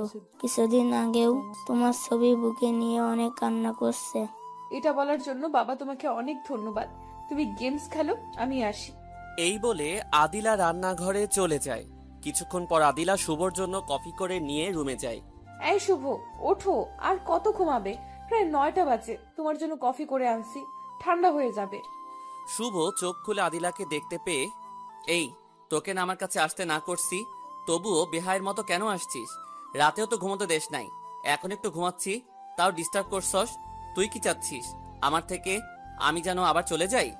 তোমার এখন কোনো কথা শোনার ইচ্ছা আমার নাই। তুমি উঠবে নাকি এখন, নাকি পানি ঢেলে দিব? যাও, ফ্রেশ হয়ে এসে কফিটা খেয়ে নাও। শুভ রাগে চোখটা লাল করে উঠে যায়। অতঃপর ফ্রেশ হয়ে আসলে আদিলা কফির কাপ শুভর হাতে দেয়। শুভ সাথে সাথেই ঠিল মেরে ফেলে দেয়। তোকে না করছি না, আমার সামনে আসবি না। তোকে দেখলে আমার গা জ্বলে। আর তোকে আমি ডিভোর্স দিছি, তুই কেন আবার অধিকার খাটাতে আসিস? তুই কোনো অধিকার খাটাতে আসবি না আমার সামনে। তুমি একাই সাইন করলে তো আর ডিভোর্স হবে না, আমাকেও সাইন করতে হবে। ঠিক আছে, আমি কখনো তোমার সামনে আসবো না, তবে শুধু একটি বার তোমার চোখের দিকে তাকিয়ে বলবে আমি তোমাকে ভালোবাসি না। শুধু একটি বার বলো। জানি তুমি পারবে না, কারণ তুমি এখনো আমাকে আগের মতোই ভালোবাসো। তুমি আমাকে কষ্ট দিয়ে তো নিজেও কষ্ট পাচ্ছ। আর তুমি কি বললে, আমাকে দেখে তোমার গা জ্বলে? তাহলে তোমার মোবাইলে এখনো আমার ছবি আছে কেন? কেন তুমি এখনো আমার ছবি বুকে নিয়ে কান্না করো? বলো, উত্তর দাও। জানি পারবে না একটির উত্তর দিতে, কারণ এগুলোর উত্তর তোমার কাছে নেই। তুমি আমাকে কতদিন কষ্ট দিতে পারবে আমি দেখব। তুমি না করলেও বারবার আমি তোমার কাছে আসব। দেখ, তোর বালের পেঁচাল শোনার টাইম আমার নাই। তুই কি বললি? তোর দিকে চেয়ে বলবো তোকে ভালোবাসি না? তোর দিকে তো তাকাতেও আমার ঘৃণা লাগে। আর তুই হাজার চেষ্টা করলেও আমাকে পাবি না, কারণ আমি আর তোকে ভালোবাসি না। আমি এখন অন্য একজনকে ভালোবাসি। শুভর মুখে আদিলা অন্যজনের কথা শুনেই, না শুভ, তুমি এমন করতে পারো না। তুমি আমাকে এভাবে ঠকাতে পারো না। এই বলে আদিলা শুভর পা জড়িয়ে ধরে। তুমি আমাকে মাফ করে দাও। আমার করা অপরাধের যা শাস্তি দিবে আমি মাথা পেতে নেব, কিন্তু তুমি আমাকে ছেড়ে দিও না। আমি মরে যাব। আমি যদি তোমার কাছে এত ঘৃণার পাত্র হয়ে থাকি, তোমার অন্তরে যদি আমার জন্য কোনো ভালোবাসা না থাকে, তাহলে আমাকে তুমি বালিশে চাপা দিয়ে মেরে ফেলো। তবু এমন শাস্তি আমাকে দিও না। আমি তোমাকে অন্য কারো হতে দেখতে পারবো না। তোমার দোহাই লাগে শুভ, তুমি আমাকে ছেড়ে যেও না। তোকে বলছি আমার কাছে না আসতে। বারবার বেহায়ের মতো কেন আসিস আমার কাছে? শোন, তুই যদি সত্যি আমাকে ভালোবেসে থাকিস, তাহলে আমার কাছে আসার চেষ্টাও করবি না। তাহলে বুঝবো তুই সত্যি আমাকে ভালোবাসিস। এমন শর্ত দিও না শুভ, আমি পারবো না এমন শর্ত মানতে। মানলে মান, না মানলে না মান, সেটা তোর ব্যাপার, আমার পাসার তুই। এই বলে শুভ আদিলার থেকে পা ছাড়িয়ে বাহিরে চলে আসে। এভাবেই কিছুদিন চলে যায়। আদিলা শুভর দেওয়ার শর্ত অনুযায়ী দিনে তার কাছে না গেলেও প্রতি রাতে তার কাছে ক্ষমা চাওয়ার জন্য যায়, কিন্তু শুভ কিছুতেই তাকে ক্ষমা করছে না। 15 দিন পর সকালে আদিলার বাবা শুভকে তার রুমে ডাকে। বলেন আঙ্কেল। দেখো, আমার মেয়েটা দিন দিন কেন জানি মানসিক ও শারীরিকভাবে দুর্বল হয়ে যাচ্ছে। একা এত বড় অফিস সামলাতে পারছে না, আমিও তাকে কোনো সাহায্য করতে পারছি না। আমারও তো নিজের অফিস দেখাশোনা করতে হয়। আমার কাছে আদিলা তোমাকে আবদার করেছে, যদি তুমি তার কাজে কিছু হেল্প করতে, তাহলে হয়তো তার কষ্টটা কমে আসতো। পারবে কি তার অফিসে কাজ করতে? পারবো। আদিলা শুভর জবাব শুনে খুশি হয়, কারণ আদিলা অফিসে গেলে শুভকে দেখতে পারে, এখন সবসময় দেখতে পারবে। তাহলে আজকেই জয়েন করো। আচ্ছা আঙ্কেল। অতঃপর তারা আরো কিছুক্ষণ গল্প করে সকালে নাস্তা করে অফিসের উদ্দেশ্যে রওনা হয়। তখনই শুভ, দেখ তোকে আগে একটা কথা বলে রাখি, অফিস তোর ঠিক আছে, কিন্তু আমি তোর কোনো কথা মানতে পারবো না। আমার যখন যা করতে মন চাইবে আমি তাই করব। এতে তুই অফিসে আমাকে রাখলে রাখবি, না হলে না রাখবি, সেটা তোর ব্যাপার। আমি কি এতই বড় ভুল করে ফেলেছি, যার জন্য আমাকে এভাবে তিলে তিলে শেষ করে দিচ্ছ? আমাকে একেবারে মেরে ফেললেই তো পারো। শুভ চুপ করে থাকে, কথা বলে না। মনে মনে ভাবতে থাকে, কষ্ট বেশি দিয়ে ফেলছি না তো তাকে? আমি তার মধ্যে কষ্ট দিচ্ছি, তাহলে আমার আর তার মাঝে পার্থক্য কি থাকলো? আর কিছুটা দিন কষ্ট দিয়ে তাকে মেনে নেব, আপন করে নেব। ধুর, আমি এসব কি ভাবছি?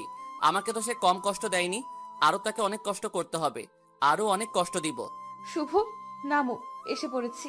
এমন কথা শুনে শুভর ধ্যান ভেঙে যায়। এরপর অফিসে চলে আসে। আদিলা তার রুমে যেতে থাকে, আর শুভ অফিসটা ভালো করে দেখতে থাকে। হঠাৎ একটা মেয়ে এসে শুভকে জড়িয়ে ধরে। এটা আদিলার চোখে এড়ায় না। আমি ভাবতেই পারি নাই ভাইয়া তোমার সাথে আমার দেখা হবে কখনো, জয়েন করলে এই অফিসে। আমিও ভাবতেই পারি নাই তোমার সাথে আমার দেখা হবে। আমি আজই জয়েন করেছি। তোমার সাহস কি করে হয় শুভকে জড়িয়ে ধরার? তানজিলাকে মারতে দেখে শুভ রেগে যায়, ঠাস ঠাস করে দুইটা দিয়ে। তোর সাহস কি করে হলো আমার সামনে আমার গার্লফ্রেন্ডকে থাপ্পড় মারা? মন চাইলে সে আমাকে আবার জড়িয়ে ধরবে, হাত ধরে ঘুরবে, তাতে তোর কি? আমার গার্লফ্রেন্ড, সে যখন যা ইচ্ছা তখন আমার সাথে তাই করবে। সরি বল, না হলে কিন্তু আরো দুইটা দেব। আদিলা সরি বলে কান্না করতে করতে তার কেবিনে চলে যায়। এগুলো বলছি, কিছু মনে করো না। আমি কিছু মনে করি নাই, আমি বুঝে গেছি আমাদের ম্যামে তোমার স্ত্রী। কিন্তু ভাইয়া, তুমিও কিন্তু তার মতোই ভুল করেছো। সে তোমাকে অনেক ভালোবাসে। কোনো মেয়ে তার স্বামীর ভাগ অন্য কাউকে দিতে চায় না, তেমনি আদিলাও এখন চায় না। তাই তো তোমাকে জড়িয়ে ধরা সেই সহ্য করতে পারেনি ভাইয়া। তার ভুল ক্ষমা করে দিয়ে তাকে মেনে নাও। আমার মনে হয় না সে তোমাকে ধোঁকা দিচ্ছে, সত্যি সত্যি তোমাকে ভালোবাসে। কোনো অঘটন ঘটার আগেই তাকে মেনে নাও। মেনে নিব আর কিছুদিন পর, তবে কিছুদিন তোমাকে আমার সাথে ভালোবাসার অভিনয় করতে হবে। ভাইয়া, অভিনয় করব, বাট এটা কিন্তু অন্যায়। একজন মেয়ের কাছে এর থেকে বেশি কষ্ট আর কিছুই নয় যে তার ভালোবাসার মানুষটাকে এড়িয়ে চলে, তার সামনেই অন্যজনকে ভালোবাসে। ভাইয়া, যদি আমি করি এরকম তোমার সাথে, এতে ম্যাম কিছু করে ফেলতে পারে। ভাইয়া, আমি চাচ্ছি সে যখন তার ভুল বুঝতে পারছে, তুমি তাকে ক্ষমা করে দিয়ে মেনে নাও। এটাই তোমাদের জন্য ভালো। একটা কথা কি জানো, কোনো জিনিস এমনিতে হাসিল হলে কিছুদিন পরে তার মর্যাদা থাকে না, কমে যায় তার প্রতি চাহিদা। তাই আমি তাকে একটু কষ্ট দিতে চাচ্ছি, যেন সে আমাকে কষ্ট করে পায়, আর আমার প্রতি যেন তার মর্যাদা বা চাহিদা যেন কখনো না কমে। তুমি যা ভালো মনে করো তাই করো, কিন্তু এমন বেশি করে ফেলো না যাতে চিরজীবনের জন্য তাকে হারাতে হয়। ভাইয়া, আমি গেলাম, এখন কাজ করতে হবে, পরে কথা বলবো। তুমিও কাজে যাও। এই বলে তানজিলা তার কেবিনে চলে যায়। অতঃপর শুভ আরো কিছুক্ষণ ঘোরাফেরা করে আদিলার কেবিনে গিয়ে দেখতে পারে আদিলা এখনো মাথার নিচের দিক দিয়ে কান্না করছে। আমার কি কাজ, তাড়াতাড়ি বল, আর আমার কেবিনটা দিতে হবে তানজিলার পাশে। হঠাৎ কারো আওয়াজ শুনে আদিলা মাথা তুলে শুভকে সামনে পেয়ে তার দিকে তাকিয়ে থাকে। এইভাবে ড্যাব ড্যাব করে তাকিয়ে না থেকে কাজের কথা বল। তানজিলা কি আমার থেকেও বেশি সুন্দর? তোর থেকে বেশি সুন্দর না হলেও তোর থেকে তার মনটা বেশি সুন্দর। এখন এগুলো প্যাচাল না পেরে আমি যা বলছি তা কর। এতে যদি তোর অসুবিধা হয় তাহলে আমাকে তোর অফিসে বা তোদের বাসায় রাখতেও পারিস না, ও রাখতে পারিস, সেটি তোর ইচ্ছা। এখন বল কি কাজ করতে হবে। তোমার কোনো কাজ করতে হবে না, তুমি শুধু আমার পাশে বসে থাকো। আমি পারবো না তোর রুমে বসে থাকতে, তোকে আমার ভালো লাগে না। যদি পারিস তানজিলার পাশে আমার কেবিন দিবি, না হলে কাল থেকে আমি আসবো না। আচ্ছা যাও, তুমি তার পাশেই বসে এই ফাইলগুলো দেখো।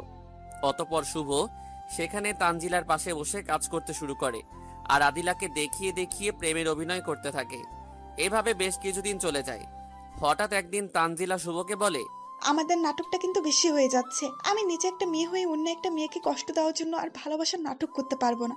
অনেক কষ্ট তুমি তাকে দিয়েছো, মানুষ মাত্রই ভুল, তার ভুল হয়েছিল। সে এখন সঠিক পথে ফিরে এসেছে, সে এখন তোমাকে পাগলের মতো ভালোবাসে। আমি চাইছি এখন ভাবিকে মেনে নাও। 2-1 দিন যাবৎ ভাবির আচরণ আমার কাছে ভালো লাগছে না, হয়তো ভাবি কোনো কিছু করে বসবে। আমিও আজ তোমাকে বলতে চাইছিলাম আর ভালোবাসার নাটক করব না, আজ তাকে মেনে নেব। আজ থেকে আমার জানটাকে আর কষ্ট দিব না। অনেক কষ্ট দিয়ে ফেলছি তাকে, আপন করে নেব, তার সমস্ত কষ্ট ভালোবাসা দিয়ে দূর করে দেব। আজ থেকে তাকে অনেক আদর করব, সব সময় চোখে চোখে রাখবো, 1 মিনিটের জন্যেও চোখের আড়াল হতে দিব না। জানো তানজিলা, আমার আদিলাকে নিয়ে অনেক স্বপ্ন ছিল। প্রত্যেক দিন দুইজনে একসাথে অফিসে আসবো, একসাথে যাব, মাঝে মাঝে নিজ থেকে ঝগড়া করে তার সাথে অভিমান করে থাকবো। আদিলা আমার অভিমান ভাঙতে আসলে তার কপালে একটি পাপ্পি দিয়ে আমার কোলে তার মাথা রাখতে বলবো। তারপর আমি তার চুলে বিলি কাটতে থাকবো আর মান অভিমানের কথা বলতে থাকবো। আবার যদি কখনো আদিলা অভিমান করে তাহলে আমি নানা রকমের কৌশলে তার অভিমান ভাঙাবো। আরো অনেক ইচ্ছা আছে যা তুমি কাজে কর্মে দেখতে পারবে। পরে তারা আরো কিছুক্ষণ গল্প করে অফিস ছুটি হলে বাসায় চলে যায়। শুভ বাড়িতে আসলেই আদনান দৌড়ে এসে, বাবা, তোমাকে একটা কথা বলবো। যদি তুমি না মানো তাহলে তোমার সাথে আমি আর কখনো কথা বলবো না। আমি আম্মুর সাথে কথা বলবো। আম্মু অনেক ভালো, তুমি এখন পচা হয়ে গেছো। কি হয়েছে বাবা বলো, আমি মানবো। তুমি আম্মুকে ক্ষমা করে দাও না কেন? আম্মু তোমার জন্য প্রতি রাতে কান্না করে, তোমার জন্য ভালো মতো খাবার খায় না। দেখো না আম্মুকে এখন রোগা রোগা মনে হয়। জানো বাবা, প্রত্যেক দিন আম্মু আমাকে জড়িয়ে ধরে কান্না করে। বাবা আদনান, তুই একটু তোর বাবাকে বল না যেন আমাকে ক্ষমা করে দেয়। দেখ না, আমি আগের মতো এখন অহংকার করি না, মানুষ মাত্রই ভুল। একবার না হয় ভুল করেছি, তার জন্য তো আমাকে 60টি বছর কষ্ট করতে হয়েছে। প্রতিটি রাতে তার ফেরার অপেক্ষায় নির্ঘুম কাটাতাম, তার জন্য প্রতি রাতে কান্না করতাম।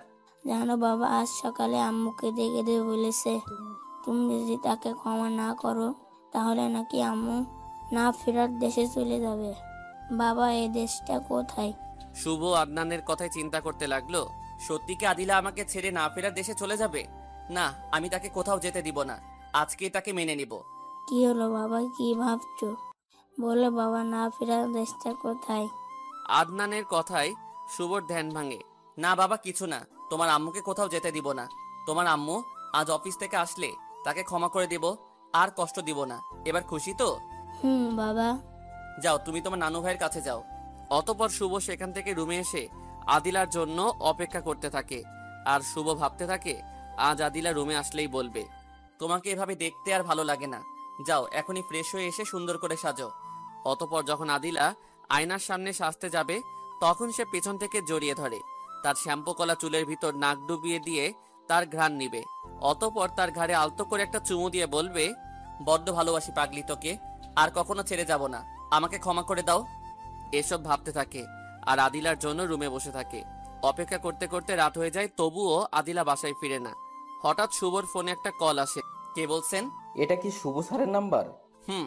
স্যার, আদিলা ম্যাম কার অ্যাক্সিডেন্ট করেছে, গুরুতর আহত হয়েছে, বাঁচার চান্স একদমই নেই। স্যার, দ্রুত আপনি এই হাসপাতালে চলে আসুন। সংবাদটি শোনার সাথে সাথেই শুভর পায়ের নিচের মাটি যেন সরে যায়। শুভ চিৎকার করে, না, আমার আদিলার কিছু হবে না, আমি তাকে কিছু হতে দিব না। এই বলে হাসপাতালের উদ্দেশ্যে রওনা হয়। কিছুক্ষণ পর শুভ হাসপাতালে গিয়ে পৌঁছে ডাক্তার বের হওয়ার অপেক্ষা করতে থাকে। আস্তে আস্তে আদিলার বাবা মাও হাসপাতালে পৌঁছে তারা সহ কান্না করতে থাকে। কিছুক্ষণ পর ডাক্তার বের হয়ে আসলে শুভ দৌড়ে গিয়ে, ডাক্তার, আমার আদিলার কেমন অবস্থা? ডাক্তারের কথা শোনার সাথে সাথে শুভ ঠাস করে মাটিতে বসে যায়। পাগলের মতো একা একাই কথা বলতে থাকে, আজ আমার জন্যই এমন হলো, আমি খারাপ, আমি তোর ভালোবাসা বুঝতে পারি নাই, আমাকে ক্ষমা করে দে। কিছুক্ষণ পর শুভ বসা থেকে উঠে দৌড়ে ক্যাবিনে গিয়ে আদিলার ডেড বডিকে জড়িয়ে ধরে কাঁদতে কাঁদতে বলতে থাকে, কেন এমন করলি তুই? কেন চলে গেলি আমাকে ছেড়ে? আমি এখন কাকে নিয়ে বাঁচবো বল? কথা বল আমার সাথে, রাগ করে থাকিস না। তাকিয়ে দেখ, তোর শুভ তোর কাছে ফিরে এসেছে। একটিবার কথা বল আমার সাথে, চোখ খোল আদিলা, চোখ খোল। কিন্তু আদিলার কোনো সারা শব্দ নেই, হারিয়ে গেছে না ফেরার দেশে। এদিকে আদনানও তার মাকে ধরে কান্না করছে। আম্মু, কথা বলো, আমার সাথে কথা বলো। আমার আব্বুর সাথে কথা বলতে হবে না তোমার। আব্বু বসা, তুমি আমার সাথে কথা বলো। তুমি না আম্মু আমার সাথে কথা না বলে থাকতে পারো না? তাহলে আজ কেন আমার সাথে কথা বলো আমার সাথে? আদিলা মরার কথা শুনে সবাই কান্না করছে। কিছুক্ষণ পর আদিলার বাবা আদিলার লাশ নিয়ে বাড়িতে চলে আসে। অতঃপর বাকি কাজ করে কবর দিয়ে সবাই চলে আসে, কিন্তু শুভ তার কবরের পাশে দাঁড়িয়ে কাঁদতে থাকে। এভাবেই কিছুদিন চলে যায়। হঠাৎ একদিন 2 মাস পর, দেখা শুভ, এভাবে ভেঙে পড়লে হয় না। আমার একমাত্র মেয়ে মারা গেছে, আমি তো তোমার মতো ভেঙে পড়ি নাই। দেখা শুভ, যা হওয়ার হয়ে গেছে, এখন তোমার জন্য না হলেও আদনানের জন্য একটা বিয়ে করে নাও, আবার নতুন করে শুরু করো। আদনানকে স্কুলে ভর্তি করা হয়েছে, আমরা সময় দিতে পারবো না, তুমিও পারবে না, তোমাকে আদিলার অফিস সামলাতে হবে। তুমি না করো না বাবা। না আঙ্কেল, আমি আর কখনো বিয়ে করব না। যাকে ভালোবেসেছিলাম তাকে আমার দোষের কারণে তাকে হারিয়েছি। আমি পারবো না এই মনে অন্য কাউকে জায়গা দিতে। যতদিন বেঁচে থাকবো আদিলার স্মৃতি নিয়ে বেঁচে থাকবো। তোমাকে এখন জোর করে কিছু করতে বলবো না, তোমার মন ভালো নেই, তবে এভাবে আর কতদিন ঘরে বন্দি থাকবা? তুমি আদিলার অফিসের দায়িত্বটা নাও, কাজের মধ্যে থাকলে হয়তো কিছুটা একাকিত্ব দূর হবে। আচ্ছা আঙ্কেল, কাল থেকে অফিসে যাব। পরের দিন শুভ আদনানকে স্কুলে দিয়ে অফিসে যায়। এভাবে কিছুদিন অফিসে যাওয়া আসার পর একদিন শুভ আদনানকে নিয়ে অফিসে যায়। অতঃপর শুভ কাজ করতে থাকে। এমন সময় মেয়েলি কণ্ঠ ভেসে আসেন। মেয়েটি ভিতরে আসার পর, এই আপনি কে? এটা তো আদিলা ম্যাডামের অফিস, আপনি তার জায়গায় কি করছেন? শুভ মেয়েটির দিকে তাকিয়ে অবাক হয়ে যায়। এত সুন্দর মেয়ে হয় নাকি? কাজল কালো, হরিণীর মতো চোখ, হাতে গোলাপি চুড়ি, গায়ে গোলাপি রঙের শাড়ি, দেখতে মনে হয় মেয়েটির কাছে পরীরাও হার মেনে যাবে। কিন্তু শুভর মেয়েটির দিকে কোনো আকর্ষণই ছিল না। শুভ একবার তাকিয়ে আবার নিজের কাছে মন দেয়। আরে আশ্চর্য, আমি প্রশ্ন করছি আর আপনি কোনো উত্তর দিচ্ছেন না। আমার মতো একটা সুন্দরী মেয়ে দাঁড়িয়ে আছে, বসতেও বলছেন, তাকিয়েও দেখছেন না। মনে হচ্ছে এখানে কোনো বটগাছের পেতনি দাঁড়িয়ে আছে। আচ্ছা বসেন, কি চাই সেটা বলে এখান থেকে চলে যান। আমি এখানে বসে থাকলে আমার রূপের প্রেমে পড়ে যাবেন বুঝি, তাই তাড়িয়ে দিতেছেন? আপনি সুন্দরী হতে পারেন, বাট আপনার প্রতি আমার কোনো চাহিদা নেই। আপনি কি বলতে আসছেন সেটা বললে খুশি হব। আচ্ছা বলছি, তার আগে এটা বলেন, এখানে আদিলা ম্যাডাম ছিল, সে কই? তার সাথে আমার কথা ছিল, আর আপনি তার জায়গায় কেন? তখন আদনান, আন্টি আম্মু আকাশের তারা হয়ে গেছে, তাই আব্বু আম্মুর জায়গায় বসেছে। ও সরি, আমি শুনি নাই ম্যাডাম আকাশের তারা হয়ে গেছে। তা স্যার, কতদিন আগে? 2 মাস আগে। সরি স্যার, না জেনে আপনার সাথে খারাপ বিহেভ করে ফেলেছি। It's okay. এখন বলেন কি দরকার? আমার নাম তাবাসসুম। আমার আদিলা ম্যাডামের সাথে কথা হয়েছিল 6 মাস আগে। তিনি আমাকে তার পিএ হিসেবে চাকরি দিতে চেয়েছিল, তাই ম্যাডামকে আজ বলতে আসছিলাম যে আগামীকাল থেকে জয়েন করতে চাই। ও, এখন তো আর আদিলা নেই, আর আমি আপনাকে সেই জায়গায় চাকরি দিতে পারবো না। কেন স্যার, ভয় পাচ্ছেন যদি আপনি আমার প্রেমে পড়ে যান? আমি আগেই বলছি, আপনার প্রতি আমার কোনো ইন্টারেস্ট নেই। আপনি চাইলে অন্য পদে চাকরি নিতে পারেন। প্লিজ স্যার, আমি আদিলা ম্যাডামের থেকে শুনেছিলাম আপনি নাকি তাকে একসময় অনেক ভালোবেসেছিলেন। আপনার সেই ভালোবাসার তাগিদে আদিলা ম্যাডামের দেওয়া চাকরিটা আমাকে দেন। আমার ওই পদটাই লাগবে। শালা বুইরা, যেন তোর জীবনটা তেনা তেনা করতে পারি। অন্য পথে চাকরি দিলে আমি তো পারবো না তোর জীবনের 12টা বাজাইতে। প্লিজ স্যার, না করেন না, প্লিজ স্যার, প্লিজ। সুন্দরী মেয়ের করুণ সুরে বলায় শুভর মনে একটু দয়া আসে। সরি তাবাসসুম, আমি এই পদে চাকরি দিতে পারছি না, তবে আপনার ইচ্ছা অনুযায়ী একটা নিতে পারেন। যা চান আমি দিব। আচ্ছা স্যার, আমি যা চাইবো তাই দিবেন তো?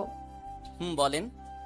আমি প্রত্যেক দিন এই আব্বুটাকে সকালে স্কুলে দিয়ে আসব, আবার ছুটি হলে নিয়ে আসব, আর টুকটাক কিছু কাজে আপনাকে সাহায্য করব। রাজি আছেন তো? আর রাজি না থাকলেই কি? আপনি জবান দিছেন? এ আন্টি খবরদার, তুমি আমাকে আব্বু বলে ডাকবা না। এই নামে আমাকে আম্মু ডাকতো। আচ্ছা বাবা, আর ডাকবো না আর। তাহলে তোমার নামটা কি বলো? আমার নাম আদনান। ও স্যার, তাহলে আমি ডিউটি কাল থেকে শুরু করব। শুভ ভাবতেই পারছে না কি হতে যাচ্ছে। মেয়েটির আচরণ তার কাছে সুবিধা মনে হচ্ছে না, কেমন যেন লাগছে। আবার তাকে চিনা চিনাও লাগছে, মনে হচ্ছে মেয়েটি তার কাছের কেউ। কে এই মেয়েটি ভাবতে পারছে না শুভ। স্যার কি ভাবছেন, কিছু তো বলেন। শুভ কি বলবে সেই ভাষা খুঁজে পাচ্ছে না। আচ্ছা, জবান যখন দিয়েছি তাহলে কাল থেকে ডিউটি পালন করবেন। শুভ এই কথা বলতেই তাবাসসুম তার চেয়ার থেকে উঠে এসে শুভর গালে কিস করে বসে। এতে শুভ স্থির হয়ে যায়। কি হচ্ছে কিছুই সে বুঝতে পারছে না। এটা কি হলো? সরি স্যার, খুশিতে আত্মহারা হয়ে আপনাকে কিস করছি। প্লিজ কিছু মনে করেন না, আমাকে খারাপ ভাববেন না। আমি কোনো দিন এমন হইনি, আমার কোনো দিন এমন হয়নি। আমি নিজেও ভাবতে পারছি না এমন হুঁশহারা কিভাবে হলাম। ইটস ওকে, আর যেন এমন না হয়। স্যার, আর এমন হবে না। আপনি তাহলে এবার আসতে পারেন। স্যার, আপনি এমন কিপটুস কেন? কখন থেকে আসছি, না একটা কফি না একটা চা, কিছুই তো খাওয়ালেন না। আরেকদিন খায়েন, আজ এখান থেকে যান। স্যার বুঝি বুঝি, আমি সামনে থাকলে আপনার ভেতরে কুচকুচ হতা হ্যাঁ, তাই না? তাই তাড়াতাড়ি আমাকে তাড়িয়ে দিতেছে। আচ্ছা স্যার, সমস্যা নেই, আমি যাচ্ছি। এই বলে হাসতে হাসতে মেয়েটি চলে যায়। পরে শুভ তার অফিস শেষ করে বাড়িতে চলে আসে। রাতে শুভ শুয়ে শুয়ে ভাবতে থাকে, কে এই মেয়ে, কেন সে আমার সাথে এমন করলো। ধুর, কি চিন্তা করছি, এই যে কান ধরলাম, আমি আর তাকে নিয়ে ভাববো না। এদিকে তাবাসসুম ভাবতেছে, তাকে আমার লাইফ পার্টনার বানাবো, কিন্তু শুনলাম তো স্যার 1 নাম্বারের লুচ্চা, বউকে রেখে আরেকজনের সাথে লাইন মারে। কি করব আমি? তাকে দেখেই তো আমার মনের ঘন্টা বেজে গেছে।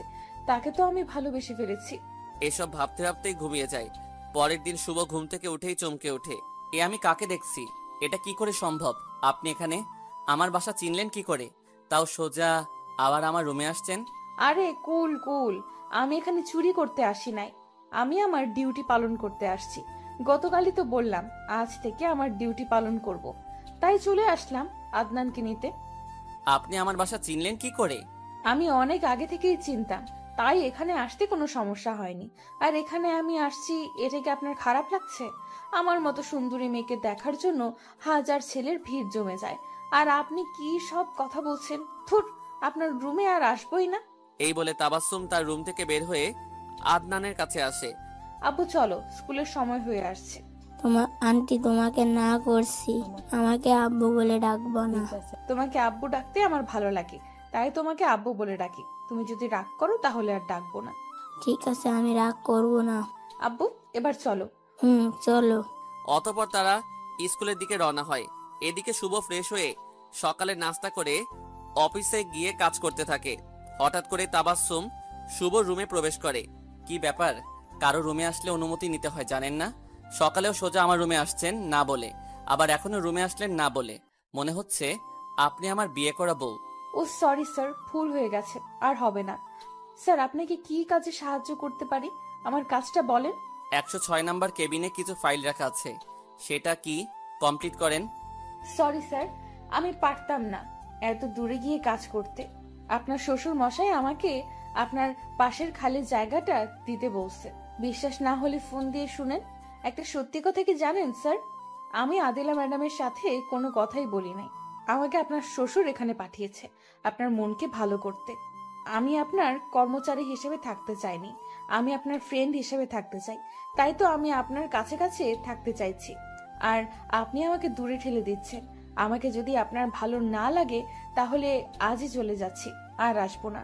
আর আমার কোনো বিষয় যদি কষ্ট পেয়ে থাকেন তাহলে মন থেকে ক্ষমা করে দিবেন। এই বলে চলে যেতে লাগে। দাঁড়াও, তোমার কোথাও যেতে হবে না, তোমার যে ক্যাবিন পছন্দ হয় সেইটাতেই তুমি বসো। ধন্যবাদ স্যার, তাহলে আমি আসি। এই বলে তাবাসসুম শুভর পাশের কেবিনে বসে ভাবতে থাকে। চান্দু তুমি রেডি থাকো, তোমাকে আমার পেছনে পেছনে ঘুরাবো, কিন্তু কি করে আপনারা একটু বুদ্ধি দিয়েন। স্যার আসবো? আসো। তাবাসসুম ভিতরে এসে স্যার। যা বলার বসে বলো।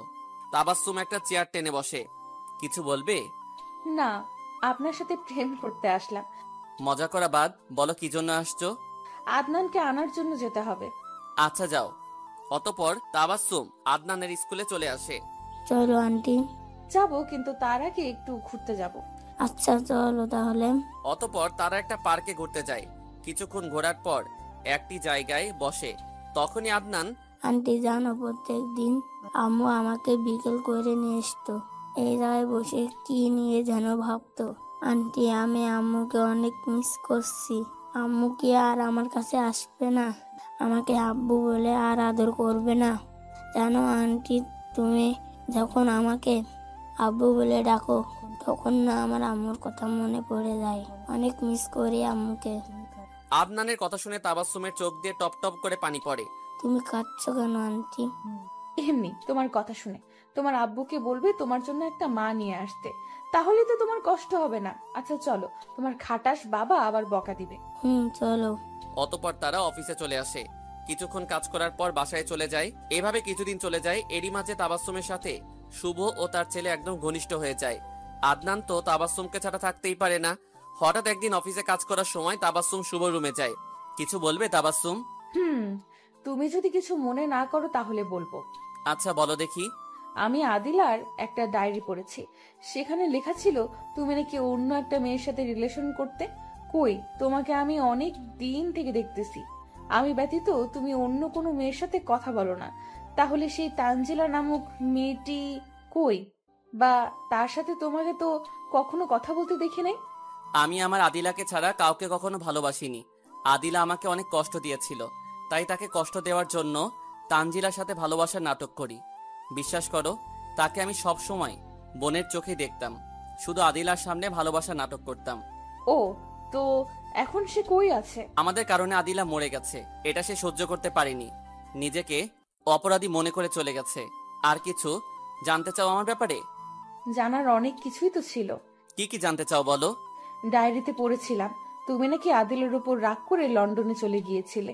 7 বছর সেখানে থেকে অনেক বড়লোক হয়ে ফিরে এসেছো।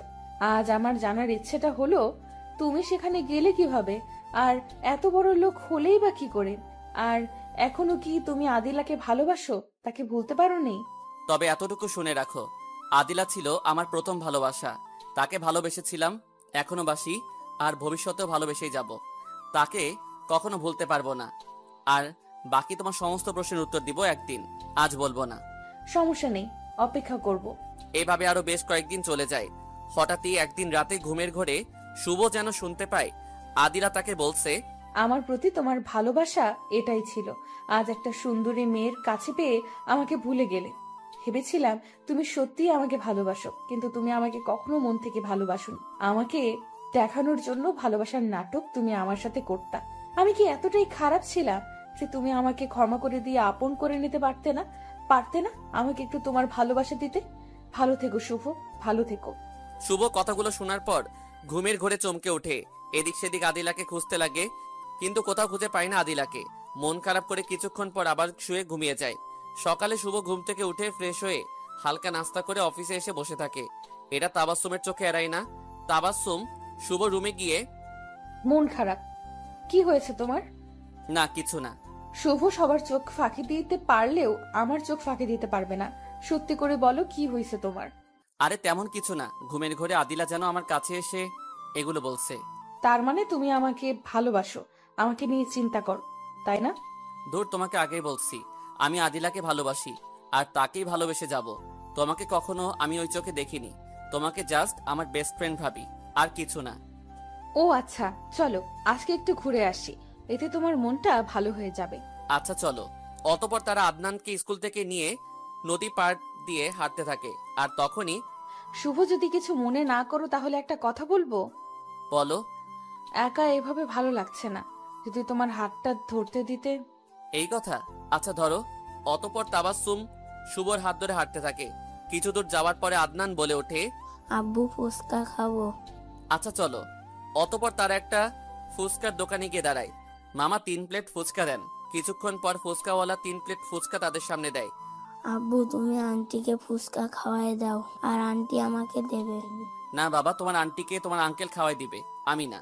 তুমি দিবে কি না? যদি দাও তো আমি ফুচকা খাবো, না হলে আমি খাবো না বলে দিব। আচ্ছা বাবা, আমি তোমার আন্টিকে খাওয়াই দিচ্ছি। অতঃপর তারা আদনানের কথা অনুযায়ী খাওয়ার পর্ব শেষ করে সামনের দিকে চলতে থাকে। আর তাবাসসুম মনে মনে ভাবতে থাকে, চান্দু, এবার তোমার দুর্বলতা পাইছি। আদনানকে আমার বশ করে তোমাকে আমার পেছনে খুরখুর করাবো। তাবাসসুম কি ভাবছো এত মনোযোগ দিয়ে? কখন থেকে কোনো কথাই বলছো না? না কিছু না। শুভ একটা কথা বলি। হুম। তোমার কি কাউকে ভালোবাসতে মন চায় না, আবার বিয়ে করে সংসার করতে? না, আর এগুলো মন চায় না। যদি কোনো সুন্দরী মেয়ে তোমাকে নিচ থেকে ধরা দেয়? তবুও না। আচ্ছা, অনেক জায়গায় তো হাঁটলাম, এবার না হয় একটু বসি। আচ্ছা। অতঃপর তারা একটি গাছের নিচে বসে পড়ে। তাবাসসুম আবার পূর্বের ন্যায় কি যেন ভাবতে থাকে। কি হয়েছে তোমার? কখন থেকে দেখছি তুমি একা একা কি যেন ভাবছো। মন খারাপ নাকি তোমার? না। সত্যি করে বলো, কি হয়েছে তোমার? এভাবে একা একা কি ভাবছো? তুমি না লন্ডনে কিভাবে গিয়েছিলে, বলতে চাইছিলে কথা ঘোরানোর জন্য? শুভ বুঝতে পারে তাবাসসুম কথা ঘোরাচ্ছে, তবুও এগুলো কি আজই শুনতে হবে? ও আচ্ছা, তাহলে শোনো। আঙ্কেল যেদিন আমাকে রাস্তা থেকে তুলে এনেছিল তার কিছুদিন পর আমার জন্য কিছু জামা কাপড় কিনে এনেছিল, কিন্তু এগুলো আদিলা ও আন্টির পছন্দ ছিল না, মানে আমাকে কাপড় কিনে দেওয়াটা। তাই আঙ্কেল চলে যাওয়ার পর অনেক বকা দিত তারা। আমি তাদের কথা শুনে নীরবে চোখের পানি ফেলতাম। এছাড়া আমার কিছু করার ছিল না। এগুলো কিভাবে যেন আঙ্কেল জানতে পারে যে কাপড় কিনে দেওয়াতে তারা আমাকে গালি দিছে। এরপর থেকে আঙ্কেল প্রতি সপ্তাহে আমাকে গোপনে অনেক টাকা দিত, ভালো মন্দ কিছু যেন ক্রয় করে খাই আর ভালো ভালো জামা কাপড় ক্রয় করি। কিন্তু আমি সেই টাকা থেকে সামান্য কিছু খরচ করে বাকি সমস্ত টাকা জমা করে রাখতাম। পরে আবার যেদিন আদিলার সাথে আমার বিয়ে হয় সেদিন আঙ্কেল আমাকে 5 লক্ষ টাকা দিয়েছিল, যাতে আদিলার সমস্ত চাহিদা আমি পূরণ করতে পারি। কিন্তু সেই টাকাও আমার খরচ হয়নি। তখন আদিলা আমার কোনো টাকাই নেয়নি। অতঃপর সেই টাকা একত্রে হয়েছিল 15 লক্ষ টাকা। সেগুলো দিয়ে আমি লন্ডনে চলে যাই। পরে আদনানকে নিয়ে লন্ডনে যাওয়ার পর রাস্তা দিয়ে চলতে থাকি। হঠাৎ শুনতে পাই, ভাইয়া যে করেই হোক কিছু সময়ের মধ্যে এবি পজিটিভ 2 ব্যাগ রক্ত লাগবে, মাকে বাঁচাতে হলে প্লিজ ভাইয়া কিছু একটা করো। একটা মেয়ে ফোন করে কাকে যেন বলছে। পরে মেয়েটির মাকে বাঁচানোর জন্য আমি 2 ব্যাগ রক্ত দেই। এরপর তারা আমাকে জিজ্ঞেস করে আমি কি করি, কোথায় থাকি। আমি সেগুলো বলি। এরপর থেকে আমি তাদের পরিবারের একজন সদস্য হয়ে উঠি। আর মেয়েটি আমার ছেলের দায়িত্ব নেয়। তারা অনেক বড় লোক ছিল। পরে আমাকে তারা তাদের অফিসে ম্যানেজারের দায়িত্ব দেয়। আমার কাজ দেখে তারা খুশি হয়ে আমাকে অনেক টাকা দিত। সেখানে 3 বছর থাকার পর আমার কিছু টাকা হলে রাকিবের সাথে শেয়ার করে নিজেই কোম্পানি খুলে বসি। এরপর কি হয়েছে তা আপনারা জানেন। এবার তাহলে উঠা যাক, অনেক তো গল্প করলাম। আচ্ছা। অতঃপর তারা তাদের গন্তব্যের দিকে যেতে থাকে। এইভাবে আরো কিছুদিন চলে যায়। একদিন তাবাসসুম আদনানকে নিয়ে স্কুলে যেতে থাকে। তখনই তোমার আব্বু জানতে পারলে বকা দিবে। আব্বু জানবে কি করে? আমি তো বলবো না। তাহলে আব্বু চলো। অতঃপর তারা একটি শিশু পার্কে ঘুরতে যায়। সেখানে গিয়ে আদনান দেখতে পায় তার সমবয়সী একজন তার মায়ের সাথে বল খেলছে আর বারবার বলছে, মা এদিকে এদিকে। এগুলো দেখে আদনান কান্না করছে। আমার বাবাটার কি হয়েছে? কান্না করছে কেন? আদনান সাথে সাথে তাবাসসুমের গলা জড়িয়ে ধরে কান্না করে বলতে থাকে, আন্টি তুমি আমার আম্মু হবে? প্লিজ না করো না। তুমি যখন আমার কাছে থাকো, আমাকে আব্বু বলে ডাকো, তখন আমি আমার মাকে ভুলে যাই। তোমার মাঝে আমি আমার মাকে দেখতে পাই। প্লিজ আম্মু না করো না। আমি তো তোমার মা হতেই চাই, কিন্তু তোমার বাবা তো আমাকে তোমার মা বানাবে না। সত্যি তুমি আমার মা হবে? সত্যি সত্যি সত্যি। আদনান খুশি হয়ে তাবাসসুমের কপালে একটা পাপ্পি দেয়। তোমাকে আমার মা বানানোর দায়িত্ব আমার। আমি বাবাকে বলবো তোমাকে যেন আমার মা বানিয়ে দেয়। বাবা আমার কথা ফেলতে পারবে না। আরো কিছুক্ষণ ঘোরাফেরা করে তারা বাসায় চলে আসে। রাতে শুভ ডিনার করে যখন ঘুমাতে যায়, তখন আদনান তোমাকে আমার জন্য একটা জিনিস আনতে বলবো। বলো বাবা, তুমি আনবে কি সেই জিনিসটা আমার জন্য? বলো দেখি। আমার একমাত্র বাবার জন্য সবকিছুই আনতে পারবো। তুমি আন্টিকে আমার মা বানিয়ে ঘরে আনবে। কি বলছো তুমি এগুলো? তোমাকে আদর করে মাথায় তুলে ফেলছি, কি সব অদ্ভুত জিনিসের আবদার করো। আরেকবার এগুলো বললে তোমার সাথে আমি কথাই বলবো না। যাও এখান থেকে। আদনান শুভর দেওয়া ধমকে কান্না করতে থাকে। এই চুপ করে বলছি। তোমাকে এগুলো বলতে কে শিখিয়ে দিয়েছে বলো? কেউ বলিনি। আমি মায়ের আদর পাই না। আন্টি আমাকে আম্মুর মতো করে আদর করে, তাই বলছি আন্টিকে আম্মু বানাতে। তুমি এখন মিথ্যা বলতে শিখে গেছো দেখছি। তোমাকে তোমার আন্টি এই কথা আমাকে বলার জন্য বলছে না। না বাবা, আন্টি বলে না। চুপচাপ শুয়ে পড়ো, আর কোনো কথা বলবে না। অতঃপর আদনান শুভর পাশে গুটিসুটি মেরে শুয়ে পড়ে ঘুমিয়ে যায়। কিছুক্ষণ পর শুভ ঘুমিয়ে যায়। হঠাৎ মাঝরাতে শুভর ঘুমটা ভেঙে যায়। তখনই দেখতে পায় তার পাশে আদনান নেই। শুভ ভয় পেয়ে যায়, এত রাতে কোথায় গেল। অতঃপর শুভ লাইট জ্বালিয়ে খোঁজার জন্য বের হতেই দেখতে পায় আদনান ঘরের এক কোণে গুটিসুটি মেরে শুয়ে আছে। এরপর শুভ আদনানকে নিয়ে আসার জন্য গেলে আদনান জাগ্রত হয়ে যায়। তুমি এখানে কেন শুয়েছো? কথা বলো। যাও খাটে শুয়ে পড়ো। কিন্তু আদনান তার কথার উপরই অটল। সে তার জায়গা থেকে একটু লড়ে না। শুভ কোন উপায় না পেয়ে আদনানের গালে একটা থাপ্পড় দিয়ে টানতে টানতে বিছানায় নিয়ে যায়। অতঃপর আদনান কান্না করতে করতে ঘুমিয়ে যায়। পরের দিন শুভ ঘুম থেকে উঠে ফ্রেশ হয়ে সকালে নাস্তা করে অফিসে যায়। অতঃপর তাবাসসুমকে তার কেবিনে ডাক দেয়। বলেন স্যার। তুমি আদনানের কি বলেছো শুনে রাখো। আমি তোমাকে আমার বেস্ট ফ্রেন্ড ভাবি, অন্য কিছু না। এখন থেকে অন্য কিছু ভাববেন। দেখো তাবাসসুম, তোমাকে আমি বিয়ে করতে পারবো না। কেন পারবো না তা তুমি জিজ্ঞেস করো না। আচ্ছা স্যার, আমি আপনাকে জোর করব না। জোর করে কোনো কিছু হয় না। আমি আপনাকে ভালোবাসতাম দেখে আপনার চাকরি করেছি। এখন যখন আপনি আমাকে বিয়ে করবেন না, তাহলে তো আর এখানে থেকে লাভ নেই। এই বলে তাবাসসুম সেখান থেকে উঠে আসে। তার কেবিনে বসে রিজাইন লেটার লিখে শুভর কাছে দিয়ে চলে যেতে লাগে। তখন স্যার, যাওয়ার আগে একটা কথা বলে যাই। যদি আমাকে আপনি ভালোবাসেন বা বিয়ে করতে চান, তাহলে আগামীকাল দুপুর 12টার মধ্যে এই ঠিকানায় চলে আসবেন। বাই, ভালো থাকবেন। এই বলে তাবাসসুম চলে যায়। অতঃপর শুভ কাজে মন দেওয়ার চেষ্টা করে, কিন্তু কিছুতেই শুভ তার কাজে মন দিতে পারে না। বারবার তাবাসসুমের চিন্তা তার মাথায় ঘুরপাক খায়। আমি কিছু ভুল করে ফেললাম না তো? দূর, এসব কি চিন্তা করছি, যা হওয়ার তা হবেই। এই বলে কাজে মন দেয়।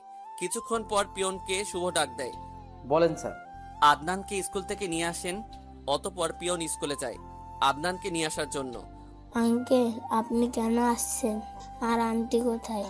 তোমার আন্টি আর কখনো তোমারে নিতে আসবে না। তোমার আব্বু তোমার আন্টিকে বকা দিছে, তাই সে কান্না করে চলে গেছে। তাহলে চলেন। অতঃপর পিয়ন আদনানকে নিয়ে অফিসে চলে আসে। শুভ অফিসে কাজ শেষ করে বাড়ি ফিরে রাতে ডিনার করতে গেলে আদনানকে ডাক দেয়।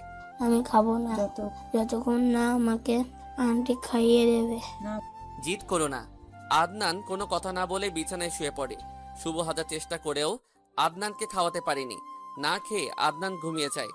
পরের দিন সকালে ঘুম থেকে উঠতে শুভর দেরি হয়ে যায়। তাই তাড়াতাড়ি উঠে সকালে নাস্তা করে চলে যেতে লাগে। তখনই আদিলার মা দেখ বাবা, এখনো আদনান না খেয়ে স্কুলে চলে গেছে। আমরা চেষ্টা করেও তাকে খাওয়াতে পারি না। দেখ বাবা, তুমি আদনানের কথা মানো। তোমার জন্য না হলেও আদনানের জন্য তুমি তাবাসসুমকে বিয়ে করো, বিয়ে করে ঘরে নিয়ে আসো। আদনান ছোট মানুষ, কাল রাত থেকে এখন পর্যন্ত কিচ্ছু খায়নি, এতে আদনানের কোনো ক্ষতি হয়ে যেতে পারে। আদিলার মায়ের কথা শুনে শুভ চিন্তায় পড়ে যায়। কি করবে সে ভাবতে পারছে না। অতঃপর সে অফিসে এসে ভাবতে থাকে কি করবে সে। তাবাসসুমকে বিয়ে করবে না, করবে না। কিছুক্ষণ পর শুভ আদনানের স্কুলে চলে যায়। আদনানকে খাওয়ানোর চেষ্টা করে কিন্তু কোনোভাবেই সে খাওয়াতে পারছে না। তাই তার সন্তানের মুখের দিকে তাকিয়ে সে তাবাসসুমকে বিয়ে করবে। বাবা তুমি আগে খাও, আমি তোমার আন্টিকে মা বানিয়ে ঘরে আনবো। না বাবা, আমি খাবো না, আমি আন্টির হাতে খাবো। আচ্ছা আমি তোমার আন্টির কাছে নিয়ে যাচ্ছি। এই বলে তাবাসসুমের বাসার দিকে পা বাড়াতেই তখনই ঘড়ি টুট করে বেজে ওঠে। শুভ ঘড়ির দিকে তাকিয়ে দেখতে পায় 11টা বেজে গেছে। এখন কি করবে সে? তাবাসসুম বলে গেছে 12টার মধ্যে তার বাড়িতে যেতে। তবুও শুভ তাবাসসুমের বাড়ির দিকে রওনা হয়। বিপদ যখন আসে সব দিক থেকে আসে। শুভ তার গাড়ি নিয়ে যেতে জ্যামে আটকা পড়ে। এতে তার 3 ঘন্টা লেট হয়ে যায়। বিকাল 4টায় শুভ গিয়ে কলিং বেল বাজায়। কিছুক্ষণ পর তাবাসসুম এসে দরজা খুলে দেয়। স্যার, আপনি এখানে আমার বিয়ের দাওয়াত খেতে আসছেন? স্যার, আজ আমার বিয়ে নয়, কালকে আমার বিয়ে। কি বলছো এসব? তোমার বিয়ে মানে? স্যার, বাবা আমার বিয়ে ঠিক করে ফেলেছে। তুমি রাজি আছো? একজনের জন্য আর কত অপেক্ষা করব? প্লিজ তাবাসসুম, তুমি এমন করো না। তোমার জন্য আমার ছেলেটা কাল থেকে না খেয়ে আছে। তুমি এই বিয়ে ভেঙে দাও। তুমি আমার ঘরে চলো। সরি স্যার, আমি এই বিয়ে ভাঙতে পারবো না। আপনি আসতে দেরি করে ফেলেছেন। আমি তোমার কাছে হাত জোর করে বলছি, আমার ছেলেটার জীবন তুমি ভিক্ষা দাও। সে তোমাকে ছাড়া কিছুই খাচ্ছে না। কাল রাত থেকে সে না খেয়ে আছে। প্লিজ তাবাসসুম, তুমি আমার ঘরে চলো প্লিজ। বলতেই কেঁদে দেয় শুভ। তার মানে আপনি আমাকে ভালোবেসে বিয়ে করতে আসেননি? আপনি আপনার ছেলেকে খাওয়ানোর জন্য আমাকে নিয়ে যেতে চাচ্ছেন? বাহ, ভালো স্যার, ভালো। তবে স্যার, আমি এই বিয়ে ভেঙে দিয়ে আপনার ঘরে যাব। তার আগে আমার 2টা শর্ত আছে। যদি মানতে পারেন তাহলে বিয়ে ভাঙতে পারি। আমি তোমার 2টা না 1000টা শর্ত মানতে রাজি আছি। বলো তোমার শর্ত কি? আপনার নামে যতগুলো সম্পদ, যত অফিস আদালত আছে তা আমাকে লিখে দিতে হবে। পারবেন এই শর্ত মানতে?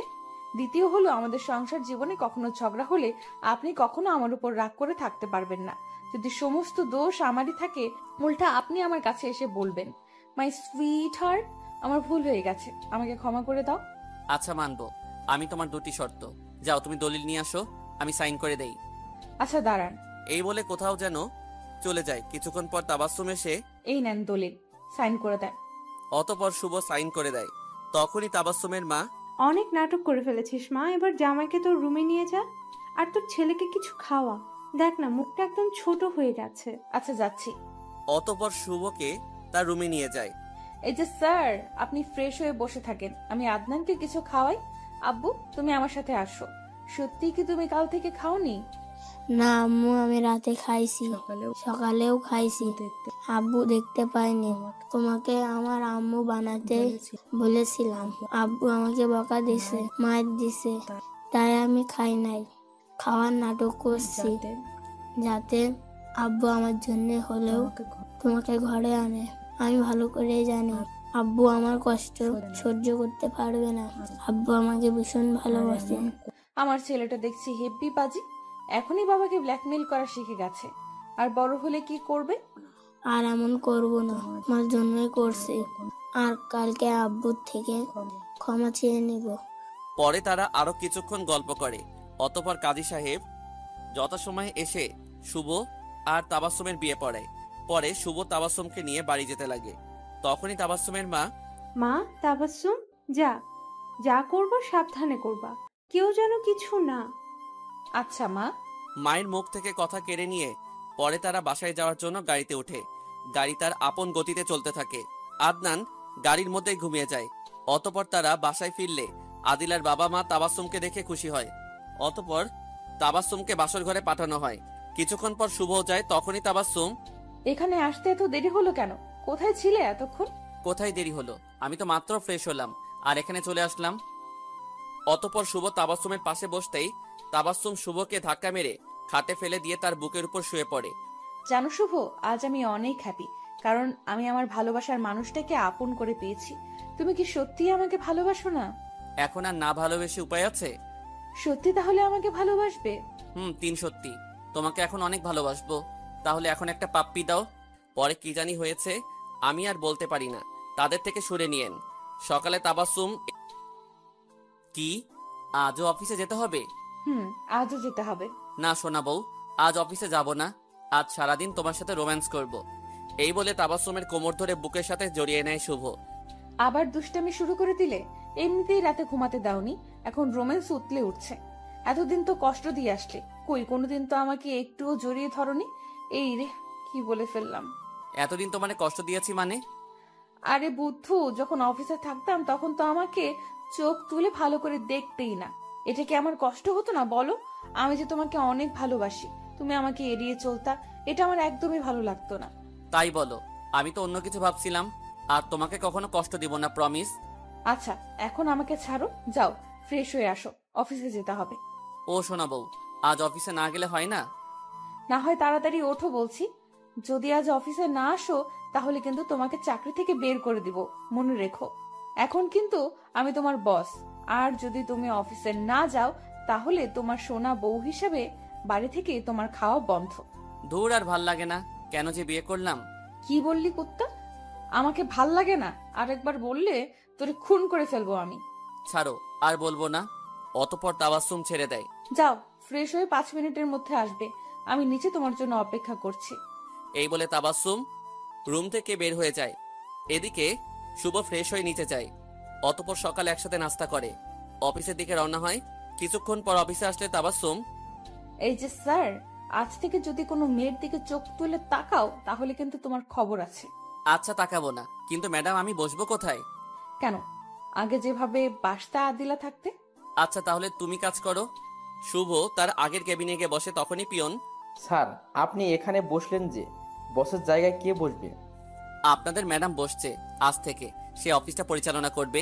আমি আগেও যেমন ছিলাম এখনো তেমনই আছি, আর ভবিষ্যতেও এমনই থাকবো। স্যার, আপনি অফিস ম্যাডামকে দিলেন কেন? অনেক বড় কাহিনী। স্যার, সংক্ষেপে একটু বলেন স্যার। তাদের ঘটনা বলে এখন যান, ম্যাডাম দেখলে বকা দিবে। আচ্ছা, যাচ্ছি। এই বলে পিয়ন চলে যায়।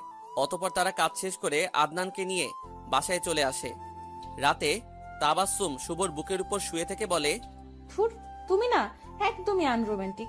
গতকাল আমরা বিয়ে করলাম, আজ একটু আমাকে আদর করবে না? তা বলছো ঘুমাও, এত ঘুম তোমার আসে কোথা থেকে? কি বললা? আমি আনরোমান্টিক?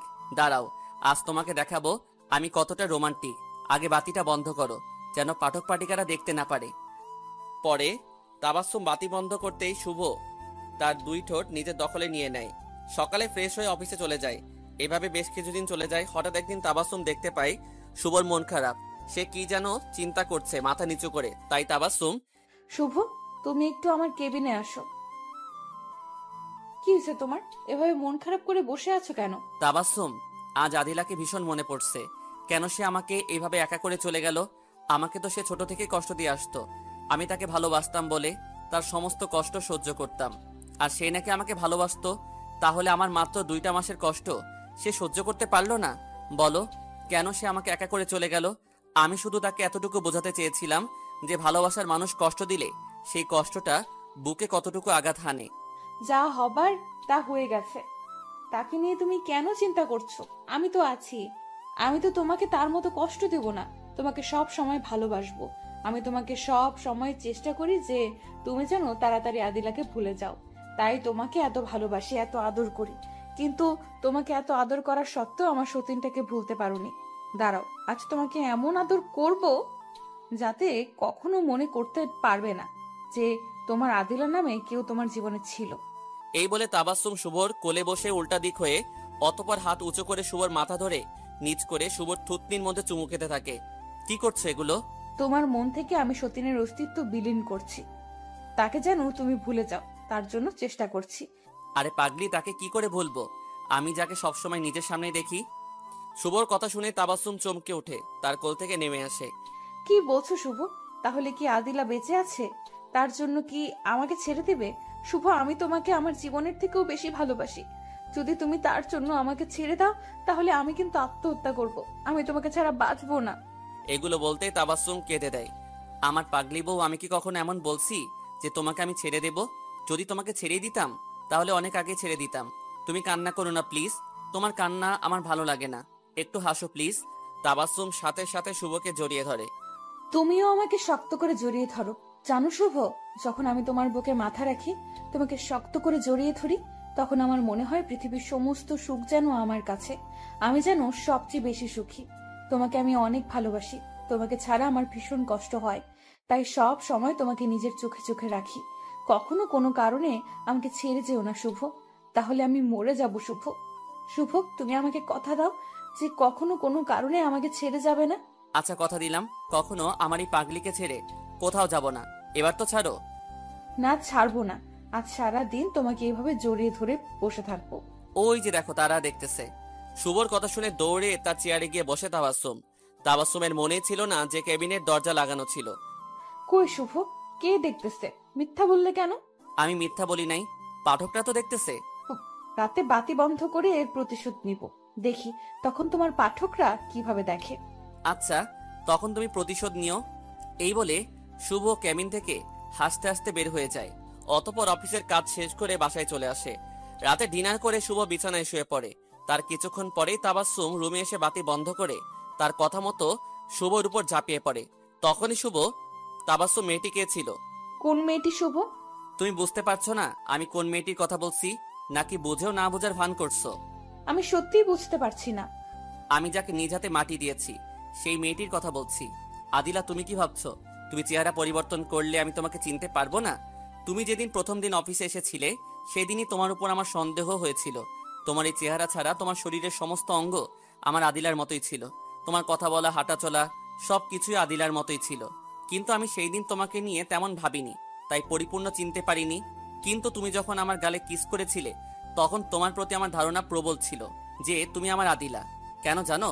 কোনো আজনবী অপরিচিত মেয়ে কোনো কাজের কারণে কাউকে চুমু দেয় না আদিলা। তারপরে তুমি আস্তে আস্তে আমার কাছে আসতেছিলে, আদনানকে আব্বু বলে ডাকতেছিলে, তখনও সন্দেহ হয়েছিল। পরে যেদিন তোমাকে আমি দ্বিতীয়বার আবার বিয়ে করতে রাজি হলাম তখন তুমি খুশি হয়ে একটা ভুল করেছিলে। কি করেছিলে জানো তুমি? কাজী রেজিস্টার খাতায় তোমার নাম লিখেছিলে আদিলা তাবাসসুম বর্ষা, যা তুমি প্রথমবার লিখেছিলে। পরে বিয়ের দ্বিতীয় দিন সকালেও তুমি নিজেই তোমার পরিচয়টা ওপেন করেছিলে। আমি বুঝেও না বোঝার ভান করেছিলাম। কেন জানো? আমি চাইনি তোমার আসল পরিচয় ওপেন করতে। আমি দেখতে চেয়েছিলাম যে তুমি কখনো আমাকে সত্যিটা বলো কিনা, কিন্তু আমি পারলাম না পরিচয়টা গোপন রাখতে। তোমার সাথে মিশতে গেলেই বারবার আমার সেই মেয়েটির কথাই মনে পড়ে। বলো আদিলা, কে ছিল সেই মেয়েটি, আর কেনই বা এমন একটা নাটক করলে? আদিলা সাথে সাথে